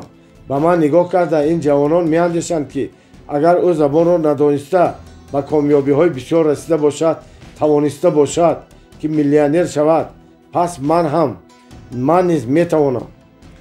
مردم عزیز من برای شما با سوادانه گفتگو کردن را ناآموختم. برای آنکه اگر یک جوان عادی در بازار به صفت باربر کار میکند بداند که من نیز زمان چون او بودم و حالا شخصی ثروتمند، پروفسور، بیزنس ترینر بین المللی شدم و خود باور میکند. مردم ما به امکان بهتر کردن زندگیشان باور نمیکنند. بسیاری از آنها در حالت مایوسی و ناامیدی‌اند. زندگی با مشکلاتش به آنها فشار می‌آورد. نیرومندان و با معرفتان علکه خود را پیدا کردند، اما این گونه کسان بسیار نیستند. اکثریت مردم به مشورت درست و دستگیری نیاز دارند. من اکنون در روسیه بسیار سخنرانی میکنم و شرکت کنندگان این سخنرانی ها علکه در سطح دیگرند. اصلا مردم محلی روس زبانند. بنابراین اکنون من درست و با سوادانه گفتگو کردن را باید بیاموزم تا سیمای نو سازم و قالبی که درباره کشور ما تشکل یافته بود بشکنم. من این قالب استریوتیپ را که گویا تاجیکان غیر از مردکاری به کار دیگر قابل نیستند حتما میشکنم. تا امروز ما برای رشد معارف پول بسیار گذاشتیم. اکنون علکه 2019 است. من از سال 2009 آغاز کرده به تاجیکستان میآیم. هنگام نخستین بار ترینینگ تشکیل کردم. در تالار بزرگ کینوتئاتر 19 نفر می نشست. روز دوم 11 نفر آمدند. شما چی فکر میکنید؟ برای چی چنین روی داد؟ برای آنکه نرخ بلیط ها گران بودند؟ نه، نرخ بلیط 10 تومانی بود. برای یک کاسه خوراک شخصان بیشتر پول میدهند، اما برای پرداختن به دانش آماده نبودند. در کشور ما اهمیت دادن به معارف مدت به درجه دوم بود. شرح‌های یوتیوب را بخوانید، به سخن‌های قبیح و دشنام چیزی پیدا نمی‌کنید. گذشته از این، گراماتیک نوشته‌هایتان شون دهشت‌آور است. زحمت زیاد کمک بکرد که مردم ما بیدار شوند. ما در جریان 10 سال به مکتب‌های عالی و مکتب‌های میانه برای سخنرانی و برگزار کردن سمینارها می‌رفتیم. ما در رابطه با سواد مالیوی و رشد شخصیت دانش‌های رایگان دادیم و این زحمت الحمدلله بار می‌آورد. باید هر کسی از ما درک بکند که اگر شما می‌توانید به مردممان چیزی بدهید، چیزی بیاموزانید، مهم نیست که شما در کجا زندگانی می‌کنید. لطفاً بدهید و آموزانید. اگر شما پزشک خوب هستید، چاره‌بینی‌ها برگزار بکنید و شهروندان را آموزانید که خود و خانواده‌شان را از بیماری‌ها نگاه دارند. اگر شما دانشمندی هستید که با مشکلات کشاورزی مشغول میباشید، با فرمرهای ما گفتگو بکنید. کمک کنید که حاصلمندی رستنی‌ها را زیاد و خرج را کم بکنند. اگر شما تکنولوژی ماهر هستید، کارمندان این ساحه را جمع کنید و به آنها بگویید که در این سمت کدام تکنولوژی نو و جالب پیدا شده است. اگر شما مدیری با تجربه، روش نوی بهترسازی کار ساختارهای معمولی را پیشنهاد نمایید. اگر شما در مقامات انتظامی مدت زیاد کار کرده و میدانید که چگونه باید سطح جنایت را در ناحیه‌تان پایین برد، در این باره مقاله بنویسید یا دانش و تجربه‌تان را با همکارانتان به میان بگذارید. اگر شما اقتصاددان هستید و در رابطه با بهسازی وضع اقتصادی همان اندیشه ها دارید، در این رابطه در واسطه های اخبار عموم بگویید. از طریق تلویزیون سخنرانی کنید. بگذار شهروندان ما از دانش شما استفاده برند. همیشه در خاطر بدارید که این دانش شما نیست، این از جانب خداوند است. او دانش ها را به شخصان لازمی میدهد. همه مردم میخواهند با خیرات باشند، اما نه هر شخص میتواند با خیرات بشود. بنابراین اگر شما دانشتان را به اطرافیانتان هدیه بکنید، بیشتر خیرتمند و بیشتر معنوی میشوید. تفکر مانند کل است. کل در صورت پاکیزه و شفاف می شود که آب به آن بریزد و بیرون جاری بشود. اگر چنین روی نمیدهد، کل می تواند به بطلاق تبدیل بشود و آب در آن زهرآلود می شود. دانشی که شما استفاده نمی برید و به دیگران نمی دهید، تفکر شما را زهرآلود می کند. امروز برای مردم ما شخصان الهام بخش لازم است، شخصان حکیم لازم است. در آنها شراره امید را بیدار بکنید. ما خواه نخواه از جهان میگذاریم. اگر شما تمام اون تنها برای آن زحمت کشیده باشید که خانه بسازید، خانواده‌تان را تامین کنید و فرزندانتان را روی پا بگذارید، خیلی باعث افسوس است. پس همه دانش شما به گور میرود. دانشتان را هرچی بیشتر با تعداد زیادی مردم در میان بگذارید، پس شما به مرگ پیروز میشوید. کسانی که در تاریخ بماندند محض همین کارها را کردند، محض همین آنها را جاودانه کرده. سخاوتمند باشید. من درک کردم که برای چی بعضی شخصان دانش و سر کامیابیشان را به میان نمیگذارند. آنها تنها میخواهند که در ساحه‌ای که آنها کار میکنند ناتکرار و بهترین باشند. میخواهند که همه آنها را ستایش بکنند و به کمک آنها نیاز داشته باشند، اما چنین نمیشود. این تکبر و خودپسندی است. بهتر است که هر آنچه که میدانید و میتوانید با مردم به میان بگذارید، پس غلبه میکنید. اگر شما با فعالیت خیریه مشغول شوید، داراییتان بالاتر و بیشتر میشود. شما هیچگاه در سخاوتمندی از خداوند برتر شده نمیتوانید. شما هر اندازه بیشتر بدهید، او همان اندازه زیادتر عطا میکند. با دانش و نیکی نیز همین گونه است. اگر شما هر اندازه بیشتر آموزید و کامیابیتان را به دیگران به میان بگذارید، خداوند همان اندازه امکان میدهد که کامیابی شما بیشتر شود. این قانون زندگی است.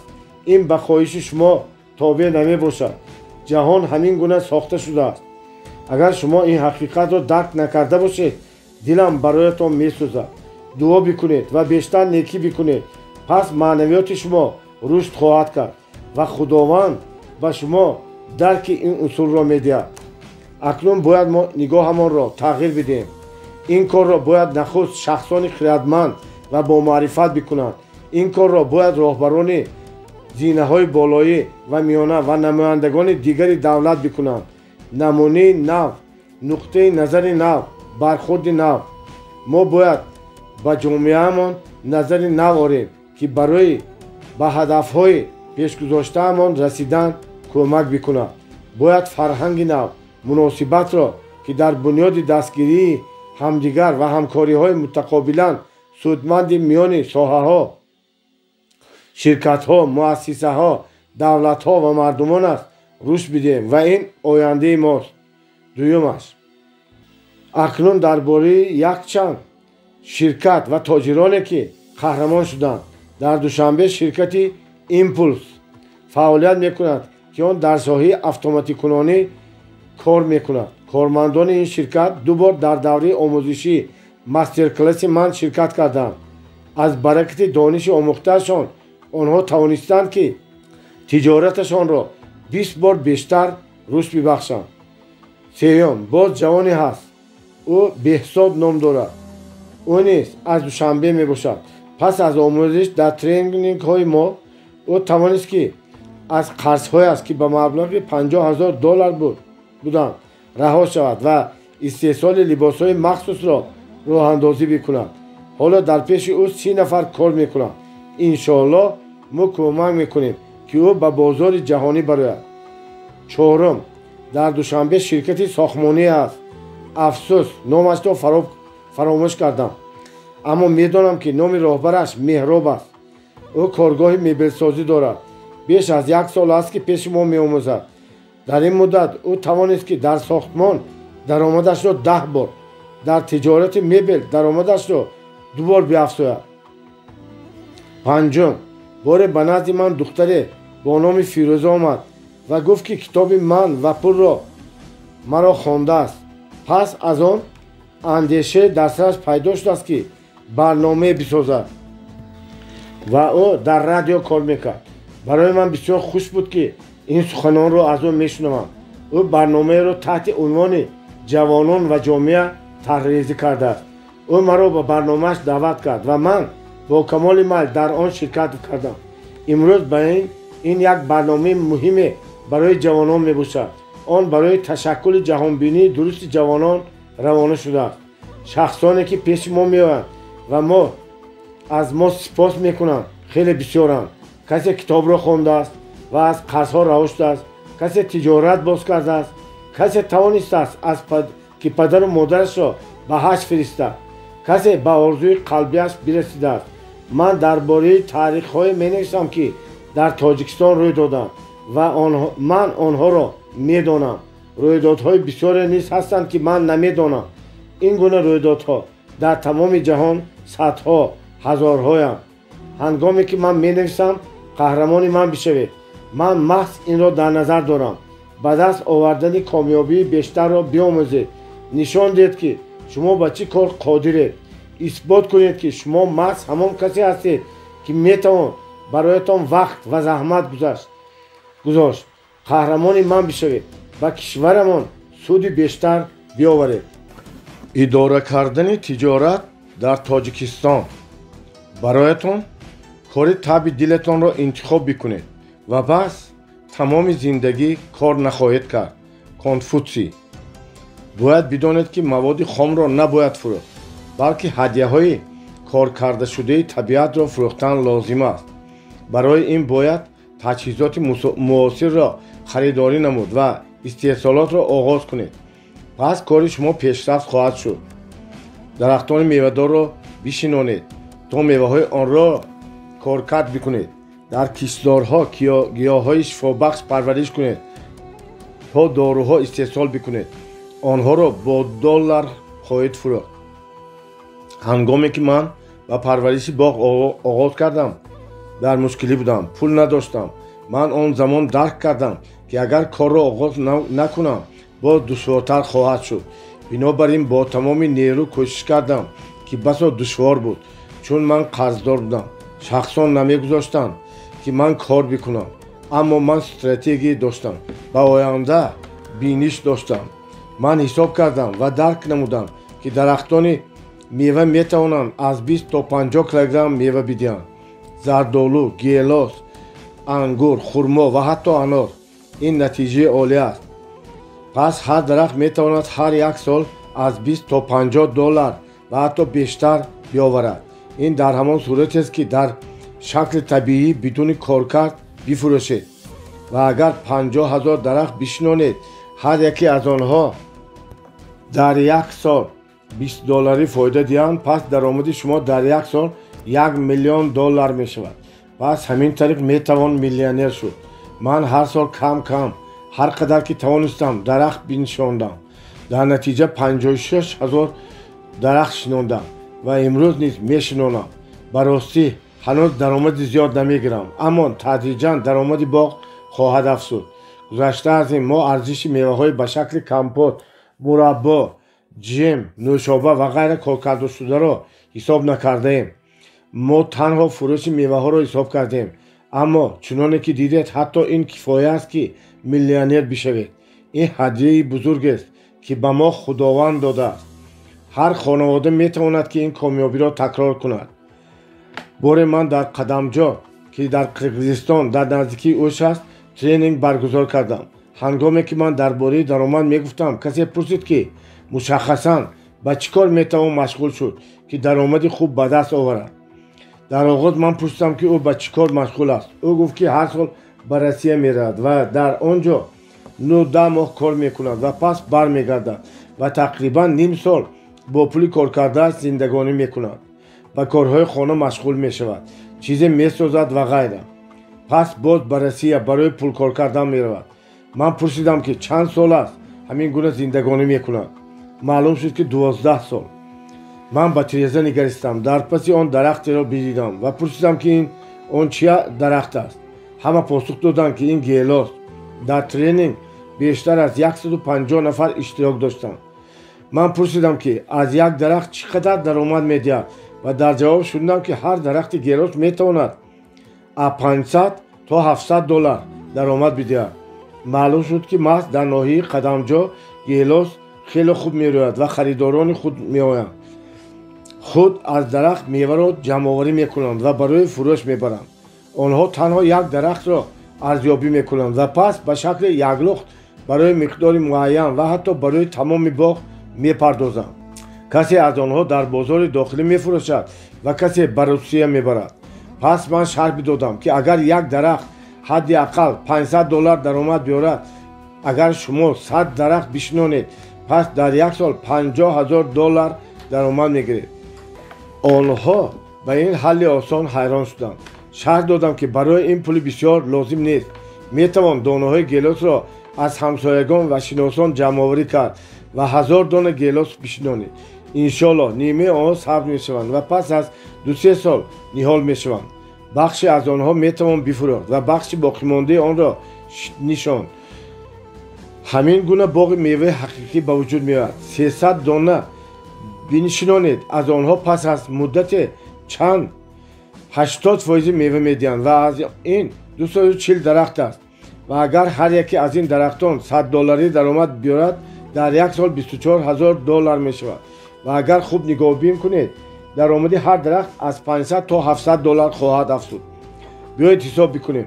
240 ضرب 500 برابر 120,000 در یک سال. نسبت به آن که 12 سال در روسیه بروید، بهتر است که در وطن خود با باغداری مشغول بشوید.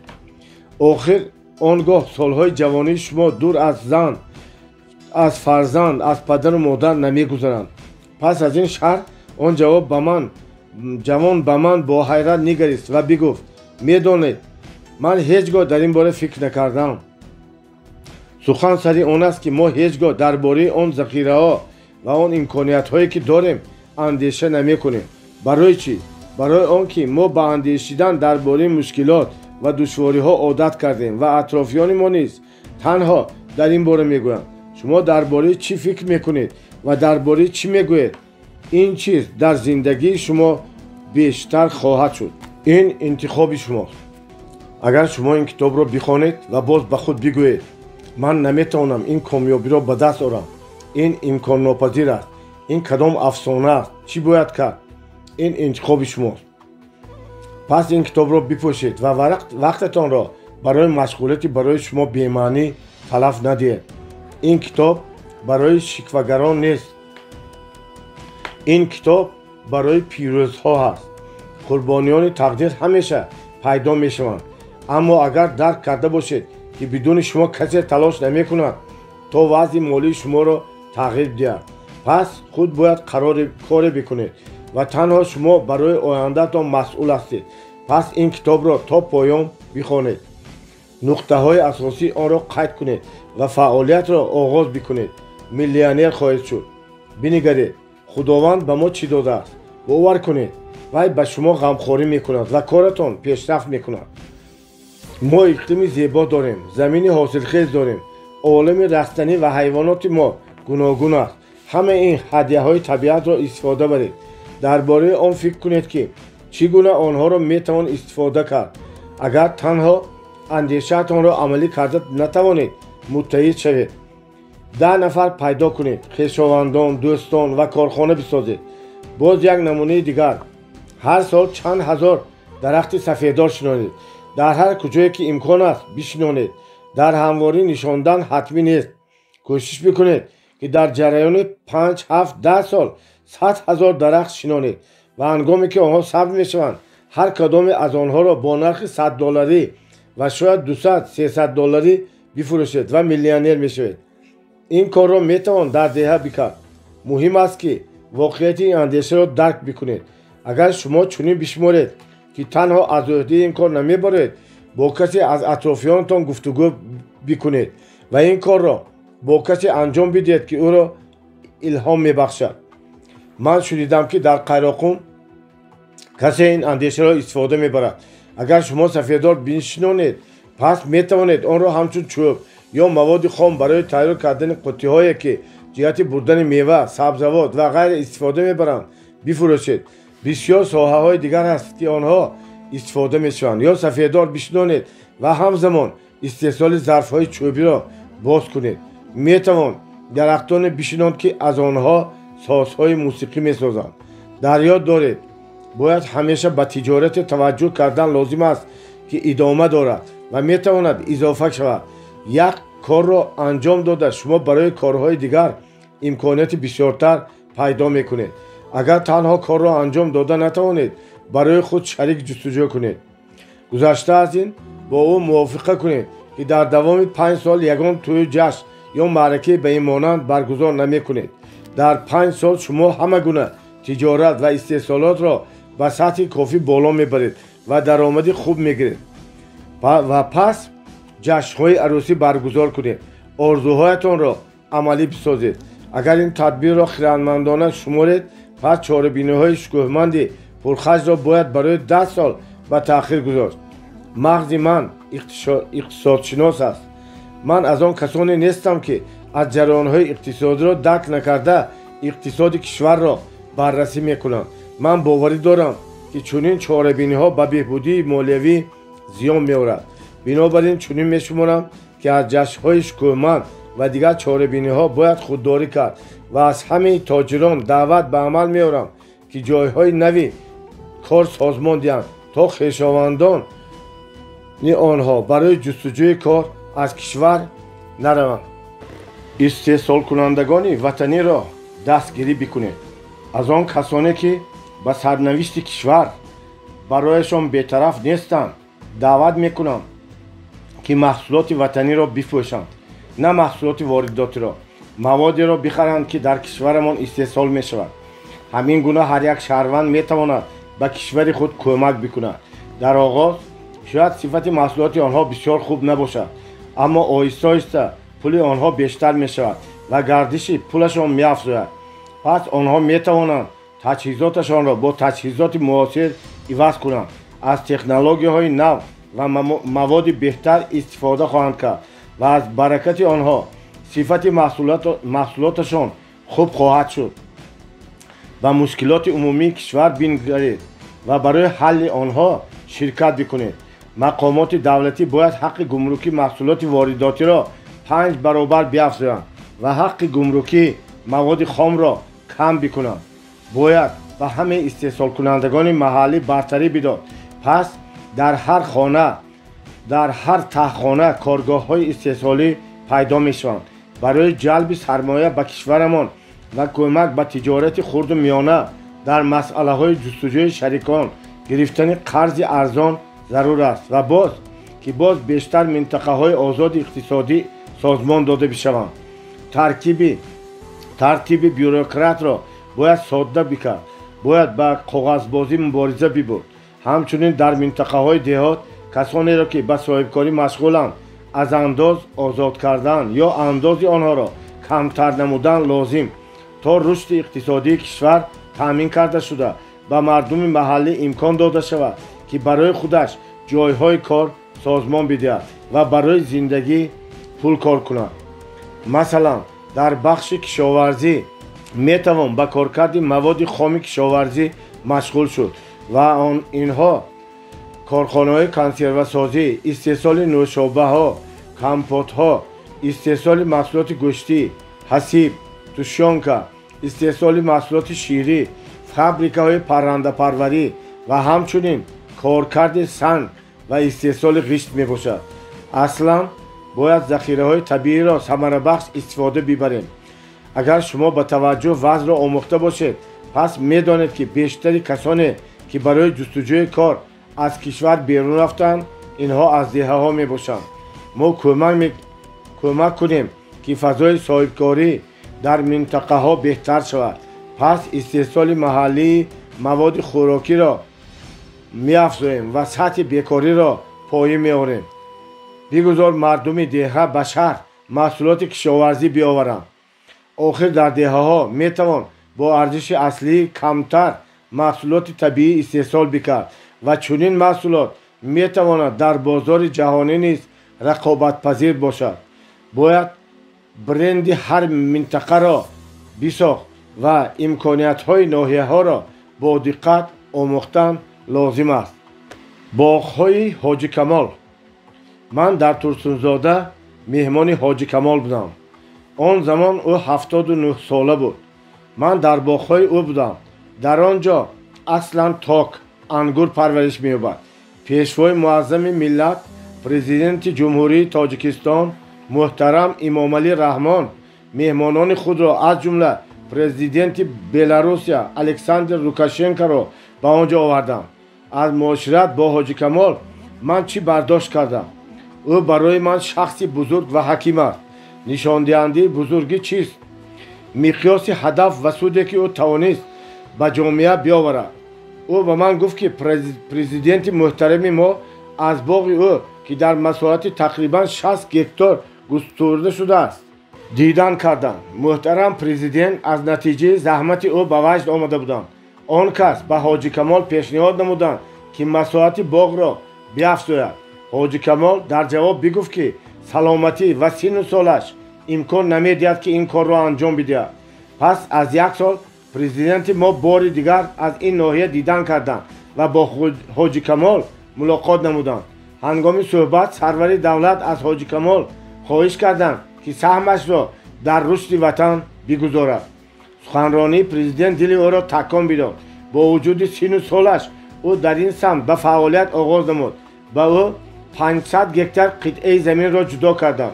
این قطعه بزرگ است و زحمت زیاد را می‌خواهد، اما زمین از محل اهالی نشین دور بود. بنابراین امکان نبود که مردم محلی را جلب بسازد.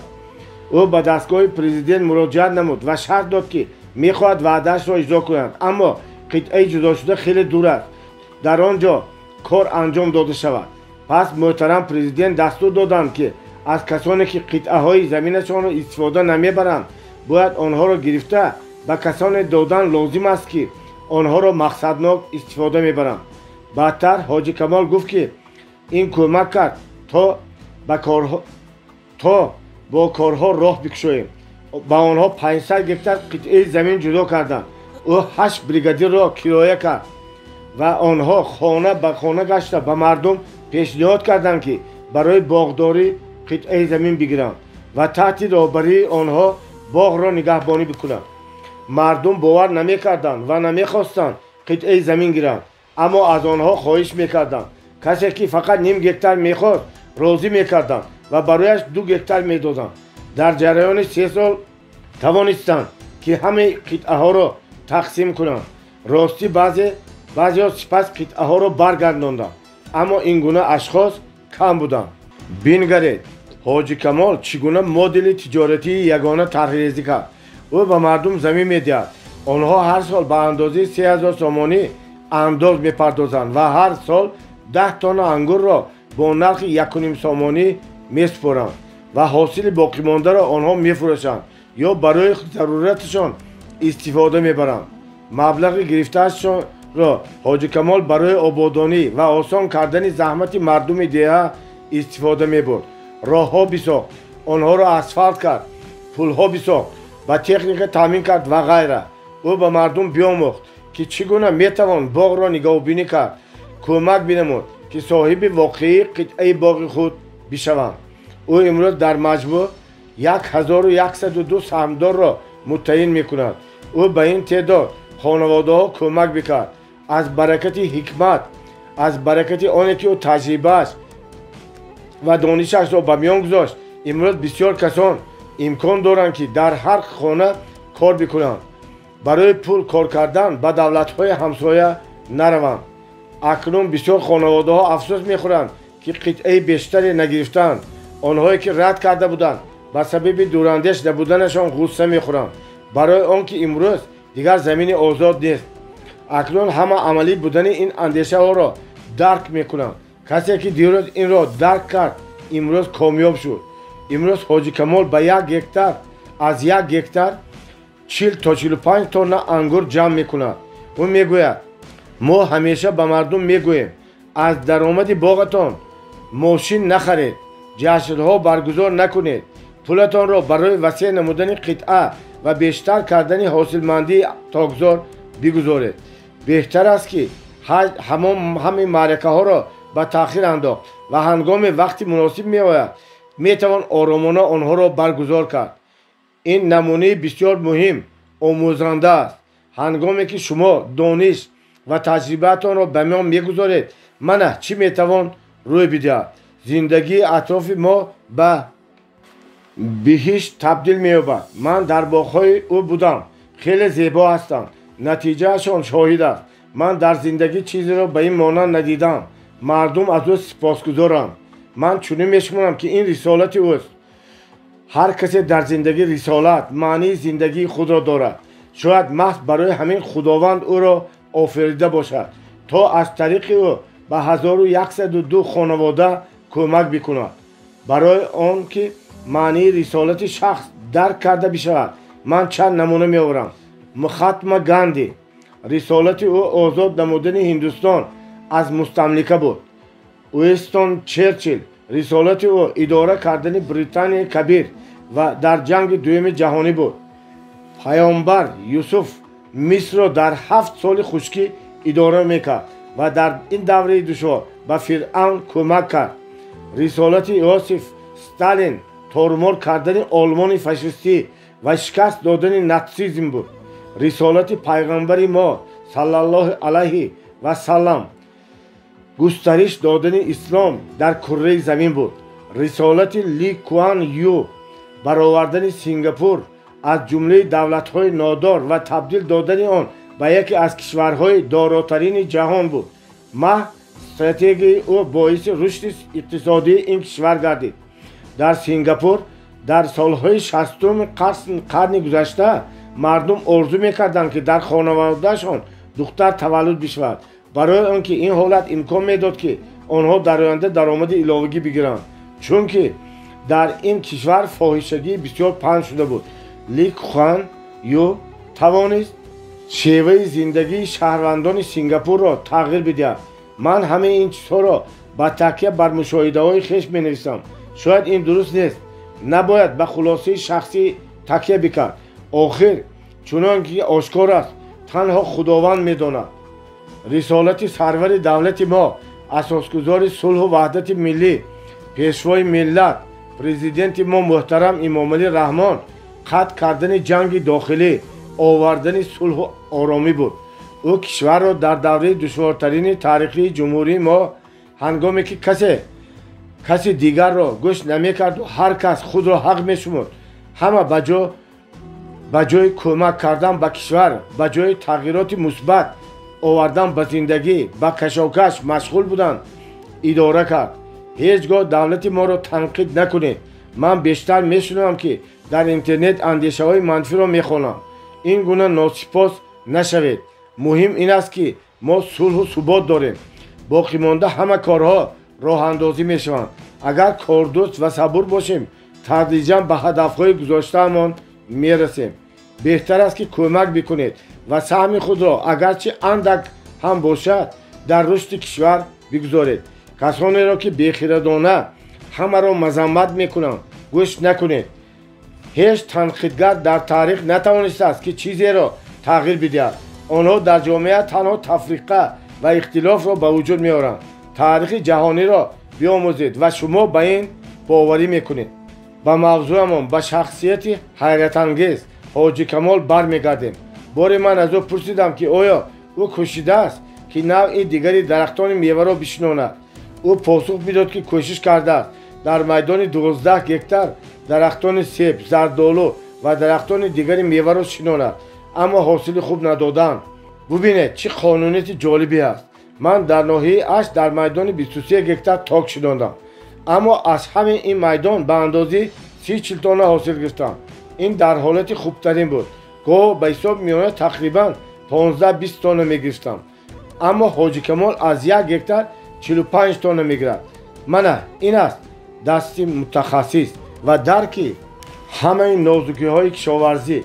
او میداند که چرا و در کجا باید بشناند.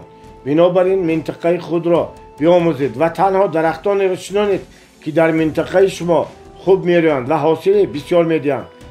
آن محصولات را آماده کنید که در منطقه شما خوب به دست میآید و این محصولات را برند بسازید. مثلا در ترسونزاده و ریگر انگور، در غرب و پنجکن سیب، در استرافشان سبزی، در جرگتال کارتوشکا، در اش زردآلو، در کنیبادان قندق، در اصفهان میرسنجالی، در شهرستان قایماقی، آب و قله های بدخشان سریز، در یغناب گوشت، در عینی شیر، در قیراقوم ماهی، در قبادیان پسته، در پرلتر پیاز، در بوستان پخته و غیره. من خصوصیت منطقه هایمان را اندکی آموختم و درک کردم که کدام رستنی را در کدام محل باید بهتر پرورش نماییم. البته این مسئله ها در آینده با تحقیق و آموزش نیاز دارند. مهم آن است که نباید در جای بیستیم، باید پیش رفت. تنها باید بدانید که این عامل اهمیت زیاد دارد. در هر ناحیه باید آن رستنی را پرورش بکرد که در این زمین و در این اقلیم حاصل خوب میدهد و سود بسیار میآورد و این محصولات را حتما برند خود بسازید. بعد این برای فرمیران ما برآمدن به بازار بین المللی آسان خواهد شد. خریداران خود به این ناحیه که مست رستنی لازمی پرورش شده است میآیند و آنچه را که برایشان ضرور است به مقدار لازمی میخرند. این در نوبت خود بر رشد اقتصاد کشورمان تاثیر مثبت میرساند. در چین چنین رفتار میکنند. یک نقطه اهالینشین تنها یک نوع محصولات استحصال میکنند. این البته برای تشکیل بازار مساعدت میکند و استحصالات آنها با سرعت تیز رشد میکنند، برای آنکه 5 سال از انداز آزاد است و به استحصال کنندگان کمک میکند که در مدت 5 سال تجارت خود را بلند بردارند و سپس انداز میسپرند. این مدل رشد را ما نیز استفاده بکنیم. ما نیز به این نتیجه میآییم. زندگی خود وادار میسازد که در این سمت حرکت بکنیم، اما ما باید همراه برویم. اگر 2 نفر بخواهند که میز یک چوب بلوط را بردارند، برای برداشتن آن نیروی زیاد صرف میکنند و اگر 10 نفر این را بردارند، آن را به آسانی میبردارند. تجارت خرد و میانه باید در هر صورت به رشد تجارت خرد و میانه کمک بکرد. 86% بودجه ما از حساب انداز پرداخته صاحبکاران پر می شود. مگر این نشان دهنده نیست؟ باید چنین عمل کرد که صاحبکاران هرچی بیشتر شوند، پس مقدار اندازه جمع‌آوری شده نیز زیاد می شود. این چنین معنی دارد که بودجه می افزاید و این امکان می دهد که مقدار نفقه و کمک‌های اجتماعی بیافزایند. صاحبکاران و تاجران در کشور هرچی بیشتر باشند، هرچی بیشتر جایهای کار آماده کرده می شوند و این در نوبت خود شدت اجتماعی را پایین می برد، بیکاری را کم می کند، مهاجرت را کم می کند و بسیار خانواده ها را از جدایی و طلاق نجات می دهد. این مؤسسه ها قرض ها می گیرند و برای رشد بانک ها امکان می دهد. در کشور ما اصلا به تجارت خود و میانه قرض می دهند، زیرا برای بانک ها قابل پرداخت بودن مشتری مهم است. ببینید که همه چیز به دیگر وابسته است. صاحبکاران چرخ رشد اقتصادی را به حرکت می‌آورند. صاحبکاران خدمتگزار مردمانند. آنها با همه پرداخت می‌کنند. اگر چیزی در خزینه بماند می‌گیرند. آنها چند نوع انداز می‌پردازند، معاش می‌دهند. برای رساندن محصولات به شرکت‌های نقلیاتی می‌پردازند. برای تبلیغات در تلویزیون، روزنامه و مجله‌ها می‌پردازند. قرض بانک‌ها را می‌دهند. برای محیط زیست، حق گمرک، برای خدمات کمونالی می‌پردازند. اگر پول باقی ماند بعد آن را برای خود می‌گیرند. بیشتر چیزی نمی‌ماند. پول‌ها را چند مدت نگاه می‌دارند و باز به دیگران می‌دهند. واقعیت صاحبکاری بیشتر همین گونه است و ما باید به آنها کمک بکنیم. برای آنکه در کشور ما بسیار پیشرفت‌ها از آنها وابسته است. محض آنها نفقه پدر و مادر شما را می‌پردازند. معاش کارمندان دولتی، معلمان و پزشکان، همه کارمندان بودجه را می‌پردازند. اما در نوبت خود صاحبکاران نباید از انداز بگریزند. باید همه اندازها را از روی وجدان پرداخت و تمام عهده‌داری‌ها در نزد وطن اجرا کرد. آخر آن مکتب‌هایی را که در آنها تحصیل کردیم، آن بیمارستان‌هایی را که در آنها طبابت می‌کنند و طبابت خواهند کرد، نسل کهنسال ما ساخته. سپس ما نیز باید این گونه انشاءات‌ها را برای نسل آینده بسازیم. همچنین باید به صفت زندگی شهروندان این کهنسال غمخواری بکنیم. از انداز گریخته شما نمی‌خواهید به آنها نفقه پرداخت بکنید، مگر آنها شایسته چنین مناسبتند. تمام عمر خود را آنها در خدمت وطن کشور خود بخشیدند. آنها امکان نداشتند که صاحبکار بشوند و برای پیری خویش غمخواری بکنند. جوانمرد باشید. اگر شما چیزی را آموخته باشید، این دانش را به دیگران بیاموزید. تاجران باید همکاری بکنند، به همدیگر کمک بکنند. صاحبکاران باید همچون زنبورق پس از باران برویند، زیاد شوند. هنگامی میگویند که تجارت در ما رشد نمی‌کند برای آنکه مردم پول ندارند، نادرست است. باید تنها متحد شویم تا تجارتمان را بسازیم و برای برآمدن به بازار جهانی رشد ببخشیم. در جهان پول بسیار است. همراه کار کردن و در بازار جهانی پول کار کردن را بیاموزید. آخونوف سفر یونوسویچ، تاریخ یکی از کامیابترین صاحبکاران تاجیکستان در ساحه ساختمان از شهر خوجند. او نامزد علوم تکنیکی، ساختمانچی افتخاری تاجیکستان، نوآور شایسته اتحاد شوروی می باشد. من ظفر یونوسویچ را بیش از 1 سال است که میشناسم. او به مساحت 500,000 متر مربع بناهای گوناگون ساخته است. 3 پل بنیاد کرده است. بسیار راهها را تعمیر نموده است و به ساختمان بسیار بناهای جمعیتی و مسجدها کمک کرده است. چند پیش در همایش تجارتی که هنگام بازدید پرزیدنت ازبکستان از تاجیکستان برگزار گردیده بود، من با او ملاقات کردم. من با او گفتم که زیر عنوان راه‌های ثروتمند شدن در تاجیکستان کتاب می‌نویسم و از او خواهش کردم که با او درباره تاریخ کامیابی‌هایش گفتگو بکنم تا تجربه‌اش را به اشخاص دیگر برسانم. من او را در این باره پرسیدم اصول اساسی کامیابی شما چیست؟ پاسخ مشخص بود که آن را اینجا می‌آورم. یکم، من همیشه کار میکنم. امکانیت‌های نو را جستجو میکنم. دوم، هر روز 1 ساعت را برای به دست آوردن دانش‌های کسبی که در آن ساحه کار میکنم میبخشم. این چنین معنا دارد که من معلومات آخرین را در ساحه ساختمان میآموزم. مشورت کارمندان کسبی این ساحه را که از کشورهای پیشرفته چون آمریکا، چین، هندوستان، روسیه میباشند میآموزم. با توصیف تکنولوژی نوترینی که آنها استفاده میبرند شناس میشوم. کتاب و تفسیرهای آنها را میخوانم. یعنی کوشش میکنم که ساحه خود را عمیق‌تر بیاموزم. سوم، هر سال حداقل به 10 نمایشگاه‌های بین‌المللی که وابسته به ساختمان برگزار می‌گردد شرکت میکنم. با دستاوردهای نوترین شناس میشوم و تجربه جمع میکنم. چهارم، هیچگاه برای احتیاج خود از تجارت پول نمیگیرم. از آن روزی که در سال 93 من این تجارت را باز کردم این قاعده را رعایت میکنم. همه حسابرسی و نظارت مبلغ را حسابدار محاسب انجام میدهد. من خود چون کارمند این سازمان به معاش زندگی میکنم. پنجم، تنها در یک ساحه ساختمان تجارت انجام میدهم. در آغاز سالهای 2000 وقتی ساختمان رو به تنزل نهاد سمت‌های دیگر را تجربه کردم. استحصال آب، محصولات خوراکی و حتی زهر مار را. اما پس درک کردم که این ساحه من این ساختمان میباشد و باز به این عرصه برگشتم. تدریجاً یک چند مؤسسه استحصالی مواد ساختمان، کنسترکسیون آهنی و غیره را باز کردم. اصلا ما همه آن چیزی را که برای ساختمان لازم است آماده میکنیم. امروز 4 انشاءات استحصالی مواد گوناگون ساختمان کار میکنند. حتی مواد استحصال میکنیم که حالا در تاجیکستان استفاده نمیکنند. ما آن را به قزاقستان، روسیه و کشورهای همسایه صادر میکنیم. این مواد نو هنوز به نرماتیو ساختمانی کشور ما وارد نشده است. ساختارهای دولتی برای استفاده آن هنوز اجازه ندادند. ششم، من همیشه خود محاسبه میکنم. هرچند سمتا جدول خراجات را سفارشگر میدهد اما آن بیشتر به تکمیل احتیاج دارد. بنابراین من آن را برای خود میکنم و از حساب آن که بخشی از مواد ساختمان در مؤسسه های من استحصال کرده میشوند گذشته از این من همه خراجات را دقیقا نظارت میکنم.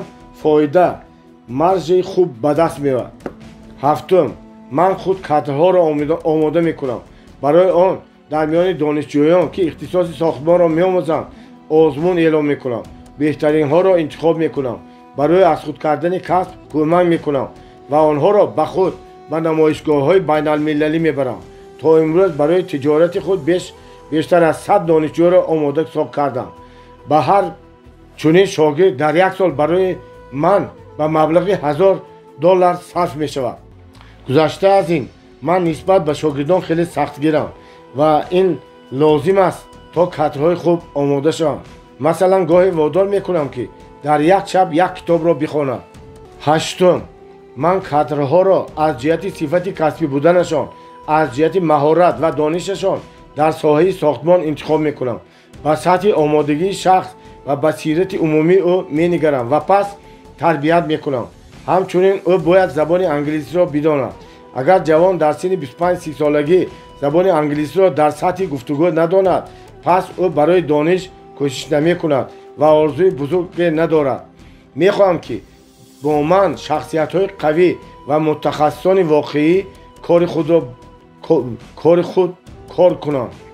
نهم، یکی از اصول اساسی کامیابی من این همیشه خود را تکمیل دادن است که آن برای رشد معنوی لازم می باشد. نفس خود را نگاه می دارم. بیشتر روزه می دارم. تا حد امکان به مقدار کم خوراک می خورم. دهم، من قرض نمی گیرم. بار درک کردم که این خراجات زیاد می باشد و تصمیم گرفتم که نگیرم. تا امروز شکر خداوند ما بی قرض کار می کنیم. باری من با یک شریک کار کردم که مرا فریب داد. من به او باور کردم اما او به من بدقولی کرد. پس همه کار را گذاشت و رفت. اما من با کمک خداوند شکوفا می شوم. به عقب نگاه نکرده دورتر می روم. من هیچگاه مفلس نشدم. خوانندگان گرامی ما، اگر شما این تاریخ کامیابی ظفر یونسوف را خوانده باشید پس شاید سرهای اساسی کامیابی او را درک بکردید. او بسیار کارهای را انجام میدهد که ما در این کتاب میگوییم. او نمونه روشن شخصیتی است که آنچه که ما میآموزیم تجربه میکنیم. مثلا تجارت در ساحه های آمیخته، ساختمان و استحصال مواد ساختمان، انجام دادن حسابرسی و نظارت، جدول خراجات، سمت را خود انجام میدهد. از خزینه پول نمیگیرد. همه مبلغ را حسابدار اداره میکند. آماده کردن کادرها میان دانشجویان آزمون اعلام میکند. غالبان را میآموزد و به خود به نمایشگاه‌های بین المللی میبرد. خود را تکمیل میدهد. ساحه فعالیت خود را عمیق میآموزد. اصول معنوی را تجربه میکند و باز استحصالات را همیشه رشد میبخشد و به بازارهای کشورهای دیگر میبرد. در قزاقستان، روسیه و غیره مواد ساختمان میفروشد. او از شما با آن تفاوت دارد که تا امروز میآموزد و همزمان کار میکند. اما شما فکر میکنید که این برای ما امکان ناپذیر است. بنابراین او میلیونر میباشد. او در یک چند ملاقات و ترینینگ های من شرکت داشت. خود بیشتر در میان دانشجویان سخنرانی میکند و تجربهش را به میان میگذارد. این شرافتمندی است. من این نمونه را برای آن آوردم تا شما درک بکنید. در کشور ما بسیار کسانی هستند که اصولهایی را که من در این کتاب نوشتم تجربه میکنم. بخوانید این کتاب را تا صاحب کار شدنتان، میلیون دلار کار کردنتان بیاموزید. بهانه جستن و شکایت را بس کنید. فعالیت را آغاز بکنید. خداوند مددگارتان باشد. سمت‌های امیدبخش صاحبکاری در تاجیکستان. تجارتی که غیر از پول چیز دیگری حاصل نمی‌کند تجارت خالی است. هنری فورد. ساختمان. این بازار امروز رونق دارد. از سال 2010 تا سال 2015 آن به طور باور نکردنی رشد کرد. نرخ مسکن عاجل بالا رفت و این ناوابسته از درآمد مردم روی بداد. در سال 2014 جریان انتقال پولی مهاجران و ورود پول از دیگر منبع‌ها در سطح بالاترین بودند. این کلاً رشد اقتصادی تاجیکستان بود. سال 2015 بحران آغاز گردید و مردم به ترس و هراس افتادند. مطابقاً طلبات به امثال غیر معقول پایین رفت و تنها سال 2017 مردم عادت کردند و تدریجاً نقطه پایانی نرخ را گذاشتند. اکنون مدت وضع همین گونه باقی میماند و پس طلبات باز بیشتر می شود. سال 2021 بازار اموال غیر منقول باز به سطح 2014 می رسد و اقتصاد کشور رشد خواهد کرد. بعداً طلبات در دوام 3-5 سال بیش خواهد شد و پس باز پسروی آغاز می شود. هرچند امروز بسیار می سازند اما اصلا در دوشنبه و خوجند می سازند. در شهرهای خرد و مرکزهای ناحیه بسیار ساخته نمی شوند. هرچند تولد در سراسر کشور بسیار می باشد و این چنین معنا دارد که طلبات زیاد می شود برای آنکه مردم باید در جای زندگانی کنند. بنابراین از ناحیه و دهه ها مهاجرت به شهر مشاهده می شود. اندیشه می کنم که از هر خانواده که در دهه زندگی می کند حداقل یک عضو آن در شهر زندگانی به سر می برد. مهاجرت نسبت به آن که ما تصور می کنیم تیزتر زیاد می شود. بنابراین تعداد مردم شهر می افزاید و این چنین معنا دارد که زیربنا اینفراساختور این شهر پس از 10-20 سال نمیتواند با بار زیاد تاب بیاورد و ضرورت ساختمان شهرک‌های نو، راه‌های نو، شبکه‌های گرم کننده، خط‌های نوی برق پیش می‌آید. این آن چیزی است که در آینده نه چندان دور ما را انتظار است. ما باید رشد بکنیم وگرنه شرکت‌های بیرونی می‌آیند و درآمد ما را می‌گیرند. راه‌های ما را چینیان ساختند برای آنکه ما خود این کار را کرده نتوانستیم. مردم ما هر روز برای سفر کردن در این راه‌ها پرداخت می‌کنند. این تجارت خوب و دراز مدت است. اما من میلیون درصد باور دارم که اگر شرکت‌های محلی متحد بشوند و بخواهند که در آینده این انشاءات‌های زیربنایی را بسازند، دولت ما طرفدار خواهد بود. اگر این ساحه‌ها وابسته به سمت تجارت شما باشد، آنها را بیاموزید. در کار خود متخصص بشوید. تکنولوژی نو را استفاده بکنید. جوانان ما نسبت به نسل‌هایی که در دوره‌های بازسازی بزرگ شدند فعال‌ترند. اشخاص مذکور به خود آنقدر باور نمی‌کنند. بنابراین 10-20 سال چون باربر، روبنده و مردکار ساختمان کار کردند. آنها را باید راهبری کرد. آنها نمی‌توانند رشد بکنند و برای دستاوردهای بزرگ ذخیره‌ها پیدا بکنند. تفکر مردکاری به مغز آنها وارد شده است. اما جوانان ما از طریق تکنولوژی معاصر و اینترنت با سرعت رشد میکنند و بلند پروازی دارند. من باور میکنم که محض آنها وضع اقتصادی کشور ما را تغییر میدهند و نگاه نو به آینده را تشکل میدهند. زندگی خود این را از آنها طلب میکنند. جوانان بسیار میآموزند، از جمله زبانهای خارجی را میآموزند و این به ما امید میبخشد. ماهرانه ساختن اموال غیر منقول و انشاءات زیربنایی را بیاموزید. این خیلی دورنما دارد. از هر یک متر مربع بنای ساخته شده شما میتوانید $100 و بیشتر از این کار بکنید. اکنون حساب بکنیم که شما باید چقدر بسازید تا $1,000,000 کار بکنید. همگی 10,000 متر مربع. این یک یا دو بنای بسیار آسان است. به ساختمان راهها و انشاءات زیربنا اینفراستراکچور مشغول شدن فایده‌ناکتر است. اما این سمت را خودتان بیاموزید. شما میتوانید بگویید که بله خوب است دولتوف، اما من پول ندارم که تجارت را آغاز بکنم. و من به شما پاسخ میدهم کتاب را تا پایان بخوانید، پس درک میکنید که چی باید کرد. پول مشکل نیست، بلکه نبودن برنامه و مهارت مشکل است. این کتاب را بخوانید و برای شما باید برنامه با عنوان در کشور ما چگونه باید $1,000,000 کار کرد پیدا می شود. یگانه باشید. در خوجم پس از ترینینگ پیش من دختری آمده، گفت که به استحصال محصولات شیرین مشغول است. پنیر، سمیتانه و غیره استحصال میکند. و این تجارت بیش از 5 سال است که مشغول می باشد، اما امروز به وضع دشوار روبرو شده است. من به او گفتم ترینینگ را تا آخر گوش بکنید. اگر اون به ترتیب آوردن تجارت شما کافی نگردد، پس به مشورت 1 ساعته نام خود را نویسید و ما حتما تجارت شما را تحلیل میکنیم و به طور قطعی تصمیم میگیریم که چی باید کرد. او همین گونه رفتار کرد. وقتی او را آموخته من درک کردم که تجارت عالی دارد. تنها او قبل از وقت تجارتش را وسیع نموده است و آن باعثی از بانک ها قرضدار شدن او گردیده است. خدمات بانکی لذت گران است. هنگامی که نرخ دلار نسبت به سومانی پایان بود، او از عهده دادن قسم میبرآمد و هنگامی که این نرخ از 55 تا 85 و 89 سومانی بالا برفت، چون او به دلار میخرید و با سومانی میفروشد، تجارتش بیفایده و حتی زیانبار شد. هر ماه قرضها میافزودند، اما او روح قوی صاحبکاری داشت و هنوز تا میآورد. در هر صورت من دیدم که حد اکثر پس از 4-6 ماه قرضهای او بزرگ میشوند و پس او گمان کرد که بتواند در 5-10 سال نزدیک از عهده پرداختن آنها برآید. قرضهای بانکی او به مبلغ $245,000 جمع شدند و از تامین کنندگان او $267,000 قرضدار بود. من تجارت او را مفصل آموختم و کمک کردم که از این قرضهای مالی رها شود و تجارت را به سطحی که درآمدی که می آورد بالا ببرد. تجارت این دختر یگانه می باشد. او توصیه رسپتی عالی آماده کردن پنیر را می داند. این صفت محصولات او را رقابت پذیر می کند.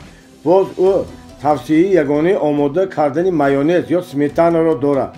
به این نمونه من می خواهم نشان بدهم که اگر این دختر نظام را راه اندازی نماید و اداره تجارت را درست آموزد، این تجارت می تواند برای او در یک سال چند $1,000,000 بیاورد، برای آنکه وی محصولاتی دارد که می تواند به بازار پیشکش کند. اما این کامیابی را در صورت به دست می آورد که تجارتش وسیع بنماید و به بازار منطقوی برآید. یعنی نه تنها در تاجیکستان، باید در ازبکستان، قرقیزستان، چین، هندوستان و غیره نیز بفروشد. او باید این کتاب را دقیق بخواند و قاعده ها را که در آن نوشته شدند تجربه کند و پس حتما در دوره های آموزشی مستر کلاس ما که برای صاحبکاران برگزار می‌گردند شرکت بکند تا برای او رابطه برعکس پیدا بشود. پس من میتوانم برنامه عملی او را درست بکنم و کمک نمایم که این نظام بسازد. یگانه باشید و شما به طور قطعی میتوانید میلیونر شوید.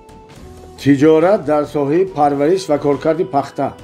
ما مدت‌ها پیش پخته میپروریدیم و مردم ما خود میدانند که آن را چگونه کند و از آن چگونه پول کار بکند. در بعضی دوره‌ها ارزش پخته پایین میآید، اما آن همیشه طلبات دارد. این تجارت نمیتواند کاملا بیفایده بشود. وابسته از وضع بازار آن همیشه کم یا بیش سودآور میشود. در شبکه‌های کشاورزی باید بر رستنی‌های تجارت بکنیم که در ما خوب پرورش میشوند، برای آنکه مواد خام ارزان خواهد بود. مهم آن است که مردم ما با آن همیشه مشغول بودند. لازم نیست که آنها را سالها بیاموزیم. مثلا ما در پرورش پخته تجربه طولانی و زیاد داریم که کار را در این ساحه خیلی آسان میکنه. اگر ما کوشش بکنیم که قهوه پرورش بکنیم حداقل 10-20 سال لازم است که مردم پرورش این رستنی را بیاموزند. ما پیش از 50 سال است که پخته پرورش میکنیم و کارکرد اولین آن را انجام میدیم. این مشغولیت سودآور میباشد و از آن نتیجه خوبی نهان را کفالت میدهد. عامل نخستین بزرگی مثبت این تجربه مردم است. این عامل خطر را کم میکند و میتواند بازگشت سرمایه گذاری را تامین بکند. عامل دوم، پخته ما از پخته که در منطقه های دیگر پرورش میشوند فرق دارد. پخته ما تازه تر میباشد. من با ترک ها و چینی ها که در تاجیکستان پخته میخریدند گفتگو کردم. گذشته از آنها همچون از ازبکستان و ترکمنستان پخته میخریدند. آنها پخته ما را تازه تر میشمارند برای آنکه در اینجا شرایط طبیعی دیگر است. دشت و بادهای تند از این پخته را آلوده تر میکند. این برای کارکرد کننده پخته عامل بزرگ مثبت است، برای آنکه هرچی پاکیزه کردن آن به طور کافی بسیار میباشد. حتی رنگ مواد خام ما سفیدتر میباشد. پخته آنها اندک زردگونه است. همه این پخته ما را در بازار جهانی بیشتر رقابت پذیر مینماید. اما پخته را پرورش کردن و آن را چون مواد خام فروختن این کم است. ما به این کار بیش از 50 سال مشغول بودیم. امروز به مردم ما صاحبکاران لازمند که به کارکرد پخته آغاز بکنند. یعنی از پخته باید رشته، از رشته متا و از متا محصولات تیار بدار. من این خلاصه ها را نه بر بنیاد تصورات تیره میکنم. من این ساحه را دقیق آموختم. زمان در تاجیکستان کلخاز و سرخاز ها بودند. راهبران آنها عنوان فخری قهرمان کار سوسیالیستی را میگفتند. در ولایت لنین‌آباد عبدالغفار صمدوف و در ولایت ختلان میرعلی محمدعلیف بود. تمام اتحاد شوروی آنها را میدانست. آنها پخته پرورش میکردند. بخشی را کارکرد میکردند و بخشی را چون مواد خام میفروختند. آن زمان اتحاد شوروی مقدار زیادی پخته را به چین میفروخت. پخته‌کاری مشغولیت سودآور بود. صمدوف در دهه گلک‌انداز چنان سوخاز بساخت که مانند شویتزاری کوچک مینمود. در این سوخاز خود بیمارستان ها، مکتب ها، تالارهای ورزشی خوب بودند. این گونه بناها حتی در شهرها نبودند و زمان اتحاد شوروی فرو پاشته شد. صمدوف متخصصان ایتالیایی را زود دعوت بکرد تا تمام سلسله کارکرد پخته و استحصال محصولات تیار را بسازند. مهندسان توانستند بنای نقطه قبول پخته، کارگاه کارکرد و استحصال رشته، کارگاه آماده سازی متا، کارخانه دوزندگی را بسازند. همه این کارها را آنها در سطح اروپایی انجام دادند. اما صمدوف نتوانست ساختمان تمام انشاءات را به پایان برساند، چون در سالهای 1993 سالهای 1994 جنگ داخلی آغاز شد. بعداً جنگیان محمود آمدند و غیره. اصلا ایتالیا همه چیز را گذاشتند و رفتند. آنها از جنگ ترسیدند و برای آنکه خودشان را نجات دهند به وطنشان برگشتند. صمدوف علاکه شخصی کهنسال بود و پس از مدت این جهان را ترک گفت. خداوند جای او را بهشت گرداند و این برنامه تا هنوز انجام نشده باقی مانده است. البته از آن زمان بسیار تغییرات به وجود آمده است. بازار علاکه آن بازار پیشینه نیست. مقدار استحصال پخته را نمیتوان با سالهای پیشین قیاس کرد. نرخ پخته و آب در این ناحیه ها مشکلات اساسی گردیدند. در سال 2007 هنگامی که کارهای من خوب بودند، من امکانیت‌های را جستجو می‌کردم که به مردم منفعت بیاورم. من ناحیه‌های نزدیک و امکانیت‌های گوناگون آغاز نمودن تجارت را آموختم و در ناحیه اشت باغداری را انتخاب کردم. همچنین خواستم این برنامه صمدوف را به پایان برسانم. امروز الحمدلله باغ‌های من می‌سبزند، اما آن برنامه را نتوانستم انجام دهم زیرا مفلس شده بودم. اما من توانستم که این ساحه را خوب بیاموزم.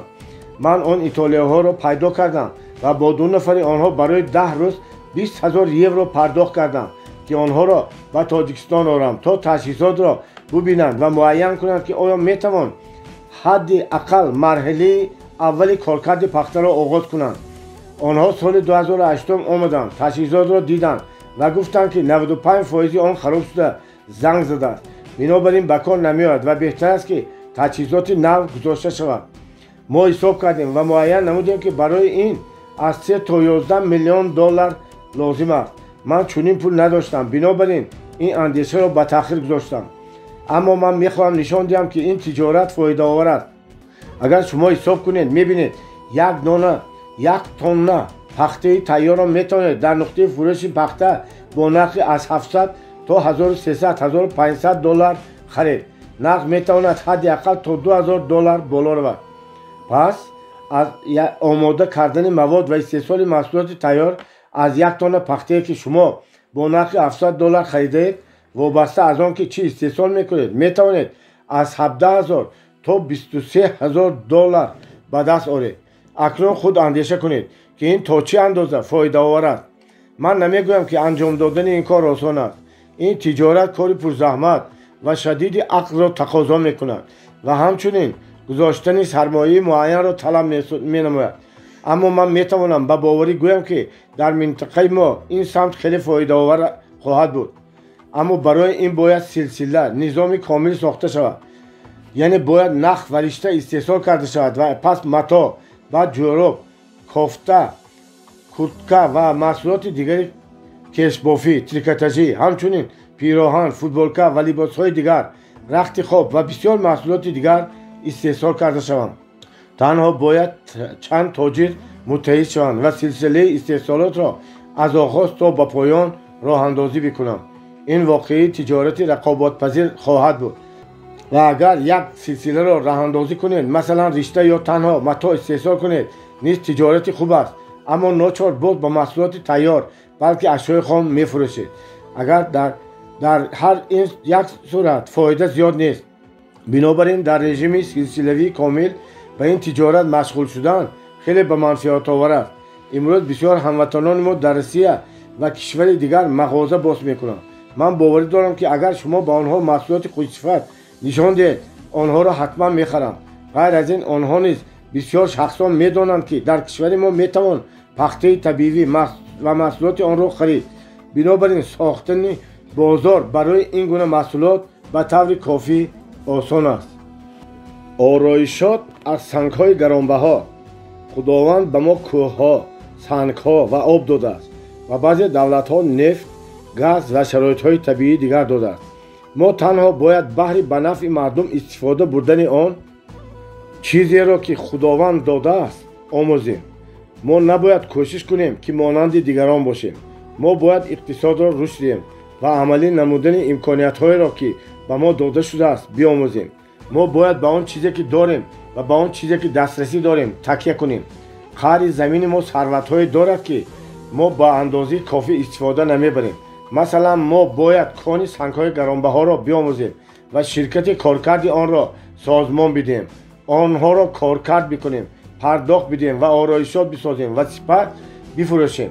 ساحه استخراج معدن را باید به استحصال جواهرات و کارکرد سنگ‌های مواد ساختمانی تقسیم کرد. مثلا مرمر، تراورتین و سنگ‌های طبیعی دیگر برای صنعت ساختمان، آرایش بیرونی بناها، دیوارها، فرش‌ها و غیره به کار می‌رود. در جهان این سنگ‌ها مدت‌های پیش استفاده برده می‌شوند و مواد ساختمانی مورد طلبات می‌باشند. اما استحصالات سازماندهنده دقیق را تقاضا می‌کند. بسیار شخصان می‌اندیشند که برای کارکرد سنگ‌ها تکنولوژی گرانبها لازم است. این گونه نیست. برای آنکه این گونه تجهیزات تجارت سازمان داده شود پول بسیار لازم نیست. تقریبا از 200 تا 300 هزار دلار تا 2.5 میلیون وابسته از اقتدار استحصالی و صفت تجهیزات لازم است. این گونه پول را عملا برای هر تجارت لازم می باشند. حساب بکنید و خودتان به این باور میکنید. اما کارکرد سنگ سودآور می باشد برای آنکه این محصولات در هیچ حالت ویران نمی شود. گذشته از این همه جهان تدریجاً به مواد طبیعی میگذرد و ما مواد خام بسیار داریم. برای عصرها میرسند. این چنین معنا دارد که نسل‌های شما نیز میتوانند در آینده این تجارت را ادامه دهند. با سنگ‌های صنعی نیز میتوان مشغول شد. ریگ و سنگریزی ما برای آن این خیلی خوب مناسب است. برای این محصولات بازار فروش الکی تشکل یافته است. تنها چنین استحصالات را تشکیل کردن لازم. شاید همه آن چیزی را که من در این کتاب تصویر میکنم خیلی دشوار مینمد، اما اگر کسی این کار را سر نکرده است به او چنین مینمد. پس از 10 سال شما به عقب نگاه کرده باور میکنید که همه این کارها واقعا ساده بودند. اگر شما این کتاب را خوانده کاری انجام نمیدید، پس از 10 یا 20 سال خیلی افسوس خواهید خورد. کسانی که در سالهای 90 کاری انجام ندادند و به زندگی با دل سرد نگریستند امروز افسوس میخورند. بسیار کسانی که در آن سالها کار خود را آغاز نمودند، کسانی که تاب آوردند امروز میلیونر شدند. آنها طرفخانه‌ها، مغازه‌ها، بازارها، مرکزهای تجارتی، بانک‌ها و کارخانه‌ها دارند. همین گونه شما از سنگ میتوانید حداقل 10 نوع مواد ساختمان، خاشی، کافل، سفال و غیره استحصال بکنید. جهان رشد میکند و همه این مواد همیشه طلبات خواهد داشت. رشد را نمیتوان باز داشت. ما در هر صورت به پیش حرکت میکنیم. تنها رشد میتواند زود یا آهسته برود، اما به هر صورت فرهنگ و اقتصاد به سطح نو بالا برده میشود. خودتان بنگرید و با سالهای 90 قیاس کنید. چندین بناهای نو پیدا شدند. اینفراساختارها چگونه بهتر شده، شهر چگونه تغییر یافته است. بنگرید مردم در سالهای 90 چگونه لباس میپوشیدند و امروز چگونه لباس در بر دارند. در خانه ها چگونه تکنیک‌های معیشی بود و امروز چگونه است. پیشتر چگونه خانه ها را تعمیر میکردند و امروز چگونه میکنند. هرچند برخی از کسان شکایت میکنند که زندگی ما بد است، اما در هر صورت ما رشد میکنیم. حتی اگر شما در تاجیکستان به خانه شخص نادارترین وارد شوید، حتما نسبت به 15-20 سال قبل دفعتا رشد بهبودی زندگی را میبینید. ما در هر صورت میسبزیم و رشد میکنیم و پس مواد ساختمان همیشه طلبات خواهد داشت. استحصال جواهرات این مسئله دیگر است. اندیشه بکنید در همه زمانها شاهان و امیران همیشه اشیاء گرانبها را جمع می‌آوردند. همیشه آرایشات طلایی، نقره‌ای و جواهرات دیگر را به میراث می‌گذاشتند. ما مواد طبیعی داریم، اما متخصصان نداریم که این آرایشات را سازند. یعنی کادر و تکنولوژی وجود ندارد یا کافی نیست. با وجود این ما اشیاء خام بسیاری داریم. کارکرد متل و سنگ‌های گرانبها در کشورمان رشد نکرده است. من اندیشه میکنم که نسل کلانسار با درک دیگرگونه جهان بزرگ شده است. آنها فکر میکنند که این کار پرزحمت است و پول بسیار را طلب میکند، اما باور کنید در اینجا نسبت به پخته پروری و چارواداری پول زیادتر لازم نیست. مردم نسل کلانسار تنها بیشتر زندگی خود را در زمان اتحاد شوروی گذراندند. بنابراین آنها از لحاظ روانی، پسیکولوژی و استحصال اشیاء گرانبها مشغول شدن را به دشواری میپذیرند. آخر قبلا دولت این ساحه را سخت نظارت میکرد، اما اندیشه کنید کار جواهرات در قیاس و کار کشاورزی خیلی کم است، اما درآمدناکی آن 100 بار بیشتر میباشد. تنها باید تجهیزات و تکنولوژی را خریدار بکرد و دیگر همه کار ساده میباشد. بکن و بفروش. در اینجا پول و امکانیت های بسیاری است. اگر شما این ساحه را در سطح کسبی بیاموزید و برنامه درست طرحریزی کنید، من میتوانم با باوری بگویم که شما میلیونر آینده خواهید بود. لطفاً این کار را بکنید برای آینده کشور ما، برای آینده فرزندان، خویشاوندان و نزدیکانتان. آموزش کلید کامیابی است. در زیر پای ما اشیاء گرانبها است، اما مردم ما به سبب نارسایی دانش به خارجه میروند. خود و مردم خود را حقیر حسابیده سالها برای درم کار میکنند. پدر و مادران به جای آنکه بگویند پسرم بخوان تا کشورمان را رشد ببخشی و آینده او را بسازی، میگویند برو پسرکم خوب کار بکن، و ما پول فرستان تا جشن‌های عروسی برگزار کنیم و خانه‌مان را تعمیر سازیم. پسر نیز چنین میکند، اما پس از تو ماه نگذشته شادمانی زندگی به پایان میرسد و به او باز میگویند برو تا زن و فرزندانت را بخورانی. او باز میرود تا درهم کار بکند که زندگیش را در سطح خوب تامین کرده نمیتواند. باز بخشی از زندگی خود را صرف میکند، اما زمان ناگاه درک میکند که 10 سال گذشته است و او هیچ چیزی را به دست نآورده است. به پول احتیاج داشت و امروز نیز احتیاج دارد. از خانواده دور بود و امروز نیز از نزدیکان دور است. زندگی تنها در این مدت گرانتر شد و آن مقدار محصولاتی که او به $100 میخرید اکنون نمیتواند بخرد. خراجات نسبت زمان پیشتر 2 برابر زیادتر شده است. اعضای خانواده بیشتر گردیده است اما درآمد او چندان زیاد نشده است. اگر خراجات 3 بار زیاد شده باشد درآمد او تنها 20-30% بیشتر شده است. در تمام تاریخ انسانیت کار دشوار جسمانی کسی را ثروتمند نکرده است و شما را نیز ثروتمند نمی‌کند. این تجربه را باید زودتر قطع کرد.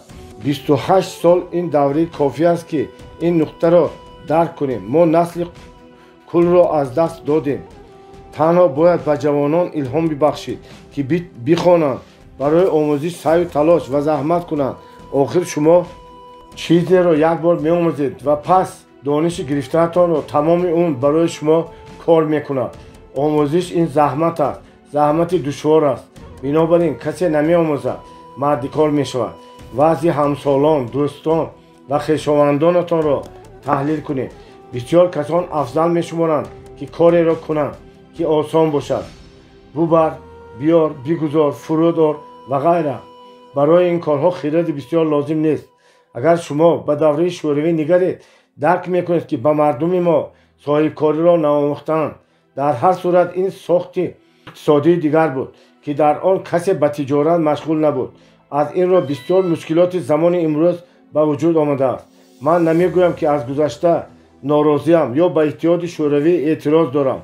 در آن دوره به ما کمک کردند که راهها، مکتبها، بیمارستانها، تئاترها، مکتبهای عالی و غیره ساخته شوند. ما برای این از آنها سپاسگزاریم. وگرنه ما در همان سطحی که امروز افغانستان قرار دارد میماندیم. الحمدلله در زمان شوروی بسیار کارهای خوب برای ما انجام داده شدند اما برای ما سازماندهی و تشکیل کنی را ناموختند. ما همچون اجرا کننده مانده ایم. هنگامی که اتحاد شوروی فرو پاشید هموطنان ما به روسیه رفتند و اصلا 98% چون مردکار کار کردند.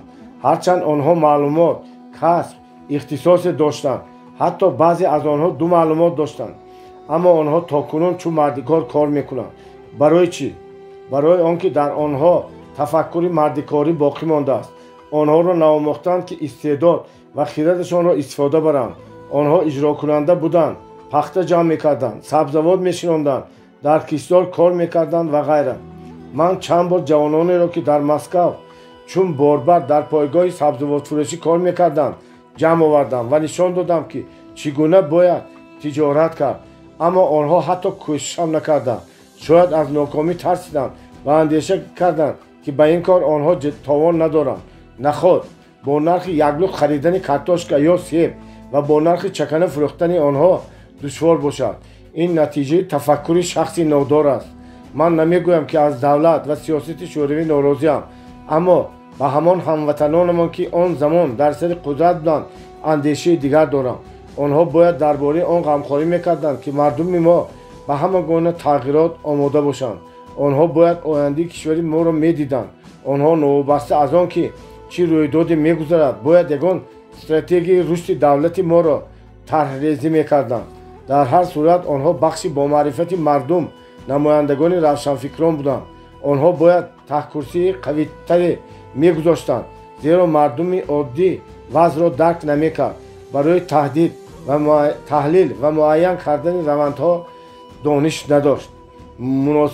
مصیبت در آن است که کارمندان ساختارها نه به آن انسان یاردم کردند که کار را اجرا کرده میتوانستند، بلکه به کسانی کمک کردند که برایشان جالب بود. و شخصان قابلیتمند و ماهر امکان ندادند، بلکه به خویشاوندان امکان دادند. نه به استعدادها بلکه به همشهریانشان کمک کردند. این مصیبت بزرگ مردم ما است. این تفکری است که از نسل به نسل گذشته است و این از رشد تاریخی کشور وابسته می باشد. محلگرایی. متاسفانه در ما محلگرایی در سطح مردم وجود دارد. چرا من چنین می شمارم؟ نتیجه نهایی ما پس از بازسازی و فروپاشی اتحاد شوروی همه چیز را از دست دادیم و کوشش میکنیم که همه آن چیزی را که در سالهای 80 داشتیم باز برقرار بسازیم. این ما را به عقب بیانداخت. زیربینا و استحصالات رو به تنزل نهادند و وضع کشاورزی بنگرید. چندین گکتار زمین ها در هر ناحیه که قبلا پخته و رستنی های دیگر میکشتند استفاده نمیشوند. در تمام کشور میلیون ها گکتار میباشد و ما کوشش میکنیم که آنها را باز برقرار بکنیم. ما مشکلات برق داریم. تا امروز نه در همه شهرها مرکز گرم کننده است. بنای بیمارستان ها فرتوت است. با دشواری فعالیت میکنند. شرایطی ندارند. اتاقها سردند. من چنین میشمرم که این ثمر همان دوره های پیشی میباشد که تصمیم های نادرست میگیرند. من تنقید نمیکنم، تنها حقیقت را تصدیق میکنم. ما باید خطاهای صادر کرده ما را درک بکنیم و از خطاهای گذشته بیاموزیم. شاید آن زمان افضلیت ها دیگر بودند یا به آنها از بالا دستور میدادند که چگونه رفتار باید کرد. در هر صورت نتیجه غم انگیز است. میتوان میلیون بهانه پیدا کرد، اما این بهانه ها چیزی را تغییر نمیدهند. آن به جوانان ما سالهای از دست دادهشان را بر نمیگرداند. به لحظه های اندوهباری تاریخ تمام ملت و کشور ما تاثیر نمیکند. این سرنوشت یک شخص نیست، بلکه سرنوشت تمام مردم است. من این سطح ها را با درد دل می نویسم. من می بینم که مردم جمهوری به خارجه رفته چون مردکار کار کرده چگونه اذیت میکشند. این چه مشقتی سخت است. نه همه درک میکنند که برای آنها چگونه دشوار است. شاید فرزندان شما چنین دشواری ها را اثر نگذراندند، اما من اثر گذراندم و از خودی پرتاب نان خوردم تا از گرسنگی و از سرما نمیرم. من همراه این شخصان در کانتینرها که تابستان بوغی کننده و زمستان چون یخدان سرد است زندگی کردم و در پهلوی آنها بر خودی های کردانی خوابیدم. همه دشواری های زندگی مهاجران را من خود از سر گذراندم و آن را برای دشمنم نمیخواهم. ما باید به خاطر آینده فرزندانمان تغییر یابیم، وگرنه ما برای آنها نمونه منفی خواهیم بود و با فرزندانمان صفتهای بدترین را واگذار میسازیم. این نادرست و بی‌عدالتانه است. من این سطحها را با چشم اشکبار و درد و نگرانی برای کشورمان و نسل آینده می نویسم. ما باید به کار آغاز بکنیم، به همدیگر کمک کنیم، به دولت کمک کنیم و کشور را بسازیم. باید کادرها را آماده سازیم.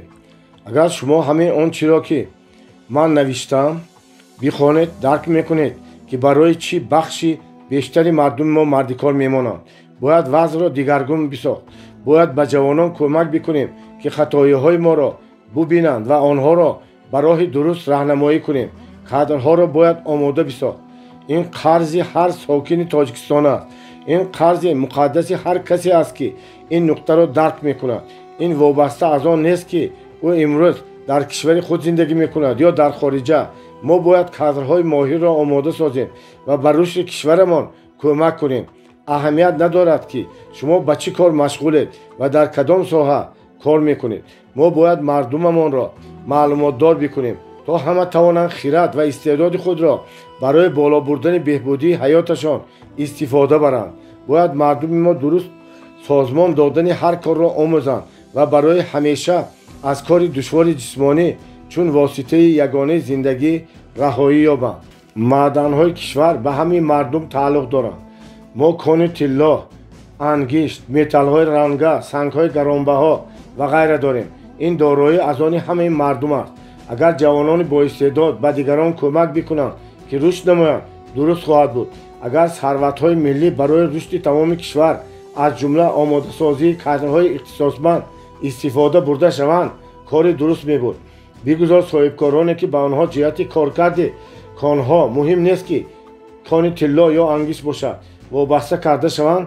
هر سال به 10 نفر جوانانی که از فنها بهای اعلا دارند اما از سبب وضع مادی نمیتوانند تحصیلشان را پرداخت کنند هر سال کمک پولی بکنند.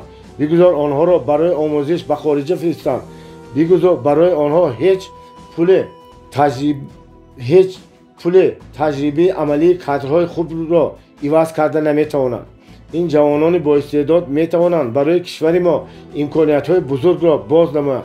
ما نفت و گاز نداریم اما ذخیره‌های بی‌پایان انسانی داریم. پس در کشور ما دانشمندان زیادی در سمت‌ها و فن‌های گوناگون پیدا می‌شوند. رودکی، سینا، فردوسی، امروزه و غیره.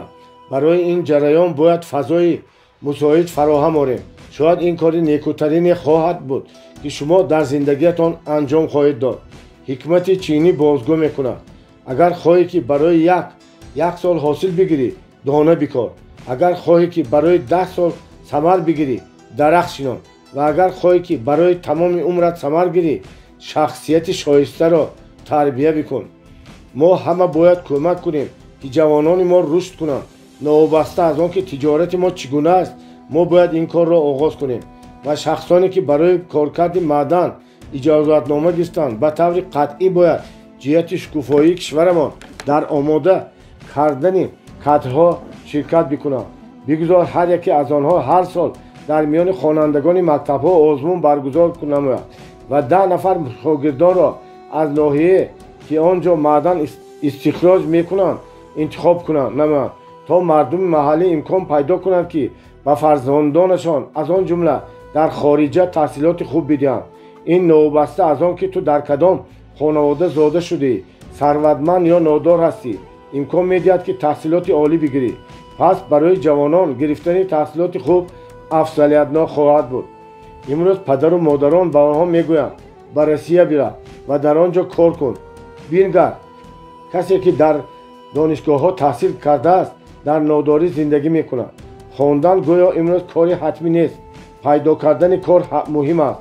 برای همین هم در میان شهروندان ما امروز کادرهای غیر اختصاص بسیارند. اما اگر همه در منطقه‌ای که تجارت میکند اندکی وضع را تغییر دهند، پس از 3-5 سال ما اندیشه گویا تحصیل حتمی نیست را تغییر میدیم. پس تغییرات در سراسر تاجیکستان آغاز می شود. باور کنید ما می توانیم در 10 ساله نزدیک چند هزار کادرهای متخصص تیار نماییم. در سالهای 2025-2030 کشور ما می تواند یکی از کشورهای شکوفای جهان تبدیل یابد. برای این باید از تحصیل آغاز کنیم. هیچگاه برای آموزش پول را دریغ ندارید. برای آنکه یک متخصص ماهر می تواند تمام کشور را رهایی بخشد و به تمام مردم منفعت بزرگ آورد. به کسانی که استعداد دارند با کمک دیگران آماده‌اند یاری بکنید. برای آنها نمونه و الهام بخش باشید. در یاد دارید 2 نفر شخص ضعیف می توانند 1 نفر قوی را بکوبند، اما میلیون ابله نمی توانند 1 خردمند را عوض کنند. شاید از 100 نفری که ما کمک میکنیم تا تحصیل شایسته گیرند 10 نفرشان شخصان سطحی جهانی شوند و حتی 1 نفر آنها سرنوشت خود را تغییر دهد. پس میارزد که به بسیار کسان کمک بکنیم. کشور ما کوههای بلند دارد، در قعر زمین سنگهای گرانبها و مواد طبیعی دارد، اما در پایه این کوهها مردم زندگی میکنند که از جهت ارزش و بریلیانت واقعی بلندترند. اینها کادرهای آینده ما، جوانان ما میباشند. با آنها امکان دهید، به کسانی امکان دهید که استعداد دارند. سهمیه کوتای تحصیل را نباید به خویشاوندان و دوستان تقسیم کرد. شما میتوانید برادرزاده‌تان را به تحصیل بفرستید، اما نمیتوانید به او خرد دهید. قابلیت و استعداد را تنها خداوند میدهد. در این مسئله عدالتمند باشید. مسئله شخصی دارنده زندگانی میکرد. او پسر یگانه داشت. آن به خواندن شوق نداشت، اما او دوست دانایی داشت که از خانواده عادی و نادار بود. آنها همراه بسیار وقت را میگذراندند. دوستش بیشتر در خانه شخصی ثروتمند مهمان میشد و او به این نوجوان بیشتر مشورت میداد و راهنمایی میکرد. از برکت او این جوان تلاش کننده و خردمند بزرگ میشد. پیش از مرگ شخص ثروتمند پسرش و دوست او را دعوت کرد و اعلان نمود که همه سرمایه‌اش را به نام دوست پسرش نوشته است. پسر که حیرت زده شده بود از پدر پرسید که برای چی او چنین رفتار کرد. پدر شرح داد: پسرکان، خصلت و مهارت تو را در چنین سطح دیده من درک میکنم که اگر من همین ثروت را به تو گذارم، پس از چند مدت تو همین آن را از دست میدی. بنابراین تصمیم مرا قبول کن. این بهترین کاری که من برای تو میکنم. من همین ثروت را به دوست تو میدم برای آنکه او میتواند آن را نگه دارد و تا آن زمانی که تو آماده میشوی آن را بیافزاید. دانش و مهارت او برای اداره کارها میرسد. او نمیگذارد که تو همین ثروت را از دست بدی. پس از آن که تو به آن آماده میشوی، او همین آنچه را که من گذاشتم به تو میدهد. من به این باوری دارم پسرکان. بنگرید که این شخص کدام استراتژی نگاه داشتنی سرمایه را انتخاب کرده. شما میتوانید با فهم خود او را تنقید کنید، اما من او را پشتیبانی میکنم. این برخورد درست است.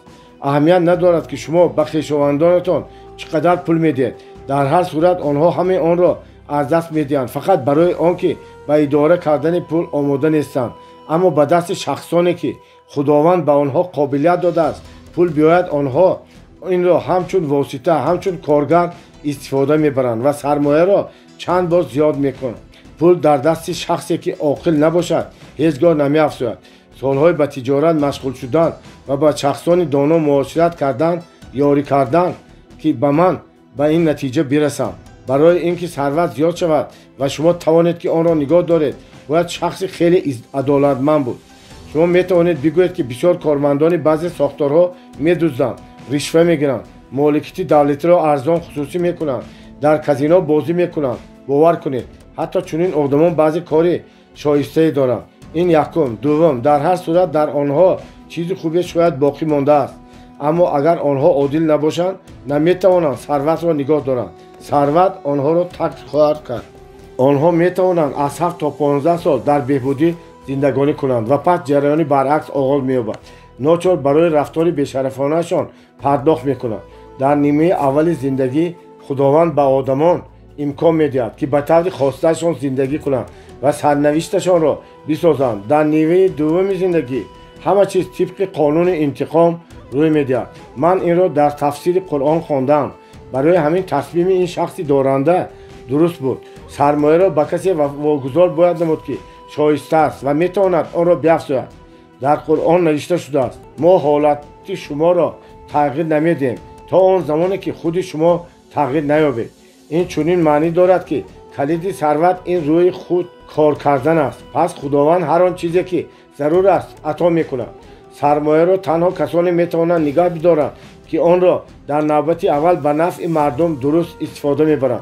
مثلا اگر آنها جایهای کار بسازند، محصولات خوش‌صفت و سودمند استحصال کنند و به فعالیت‌های خیریه مشغول شوند و غیره.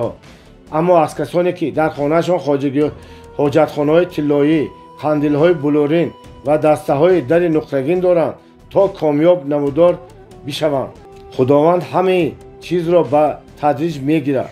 ثروت، اموال، ارزش‌های مادی و از آن ما نیستند. ما تنها حق داریم که آنها را استفاده بریم. عدالتمند باشید. مثل ستاره‌های بحری. بار یک استراحت کننده در دریابار در پلیاژ گردش میکرد.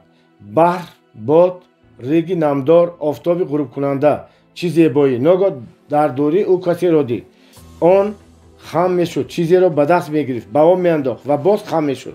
هنگامی مرد نزدیک آمد، دید که آن شخص ستاره‌های بحری را که بحر به ساحل انداخته است میگیرد و باز به بحر برمیگرداند. او حیران شد و پرسید شام بخیر، میتوانید بگویید شما به چه کار مشغولید؟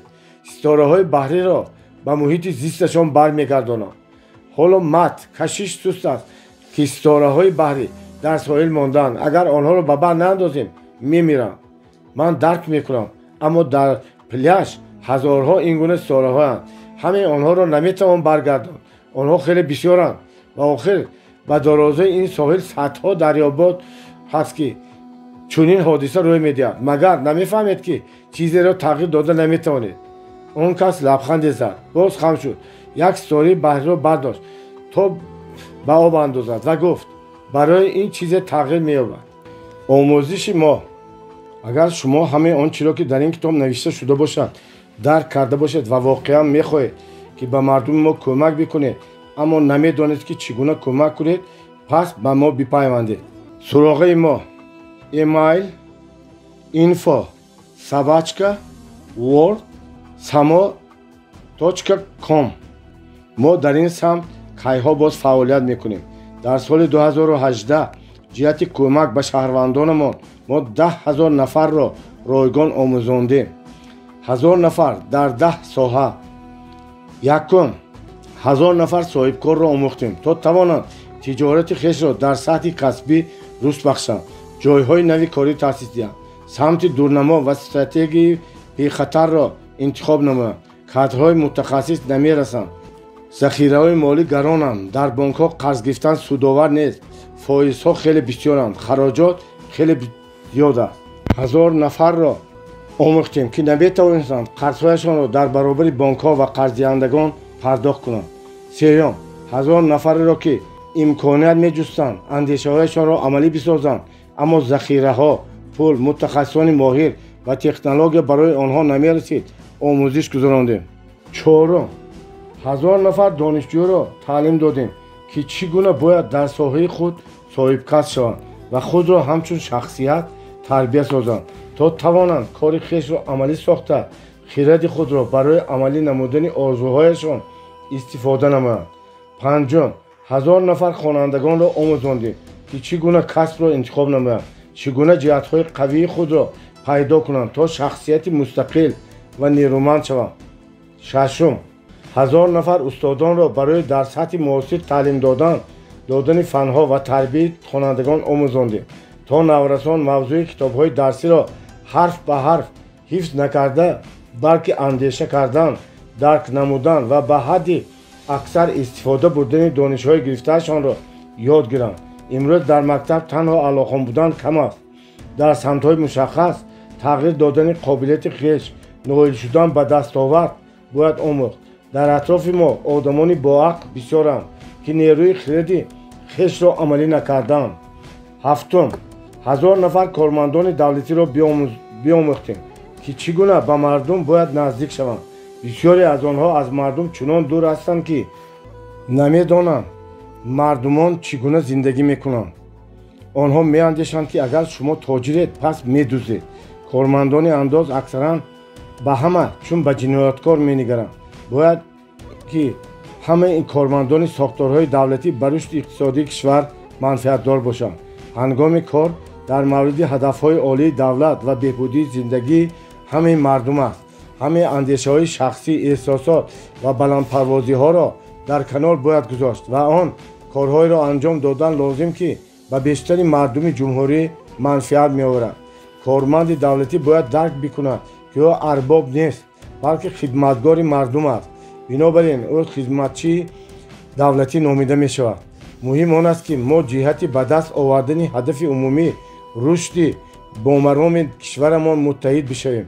корманди давлатие, ки кори шахсони дигарро ҳатто агар ҳалли масъала 10 дақиқа вақтро ҳам бигирад, ба бад мегузорад ва онро ба 10 рӯз дароз мекашонад, ба нафъи давлат зиён меоварад.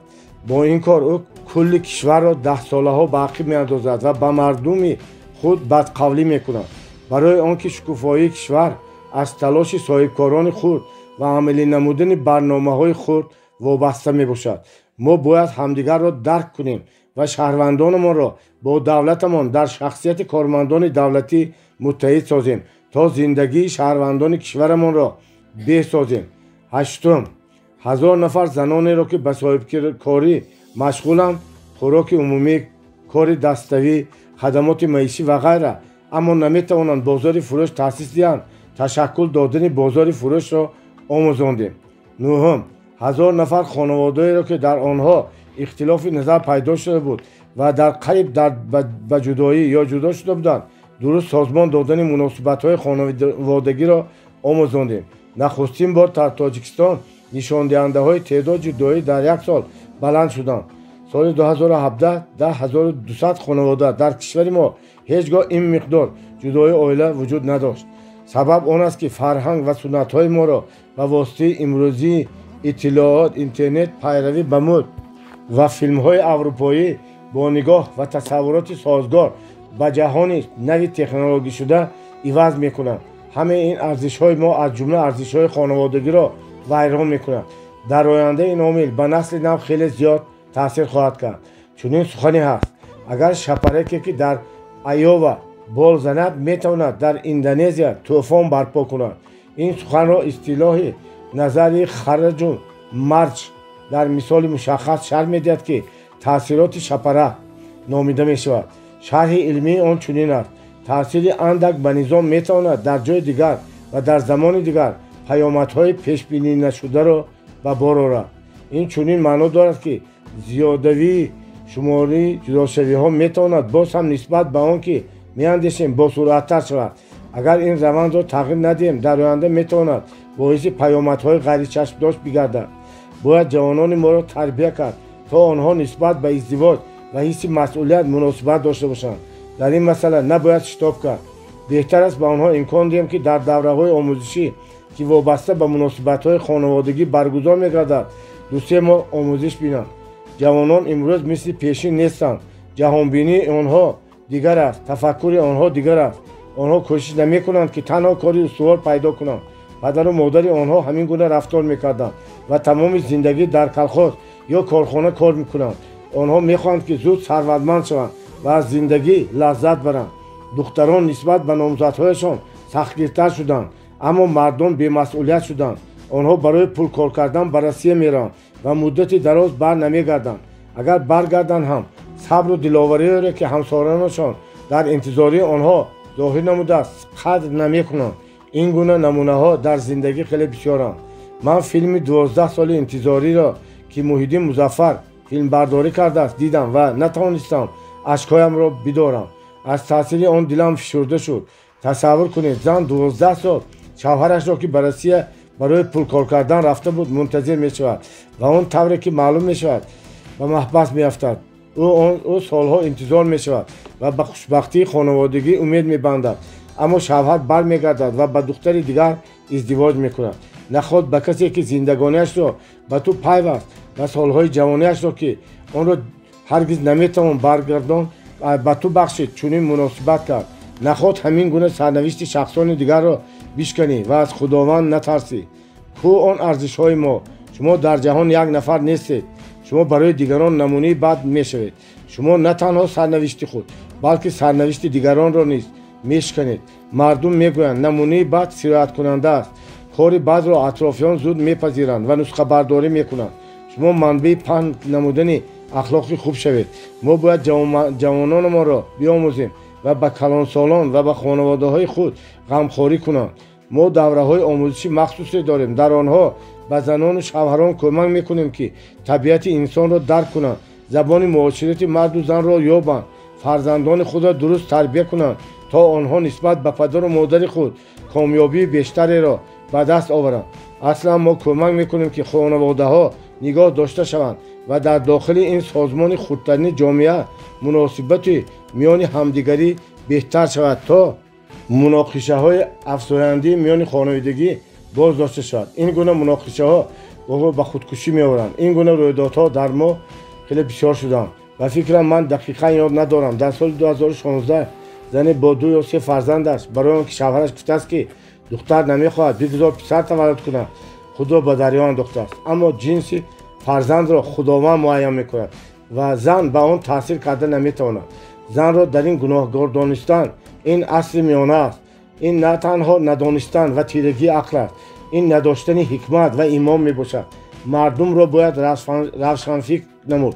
در یاد دارید که هیچ کس از این گونه مناقشه ها ایمن نیست. بنابراین نگویید که این به شما دخل ندارد. ما همه در جامعه زندگی میکنیم. فرزندان ما در این جامعه بزرگ میشوند، بنابراین به همه دخل دارد. شخصانی که این گونه تفکر و جهانبینی دارند در سازمان‌های گوناگون، مکتب‌ها، مؤسسه‌های دولتی، مرکزهای فرهنگی و ساحه خدمتگزاری کار میکنند که شما به آن جاها به خانواده خود میآیید. این زود یا دیر به آنها تاثیر میرساند.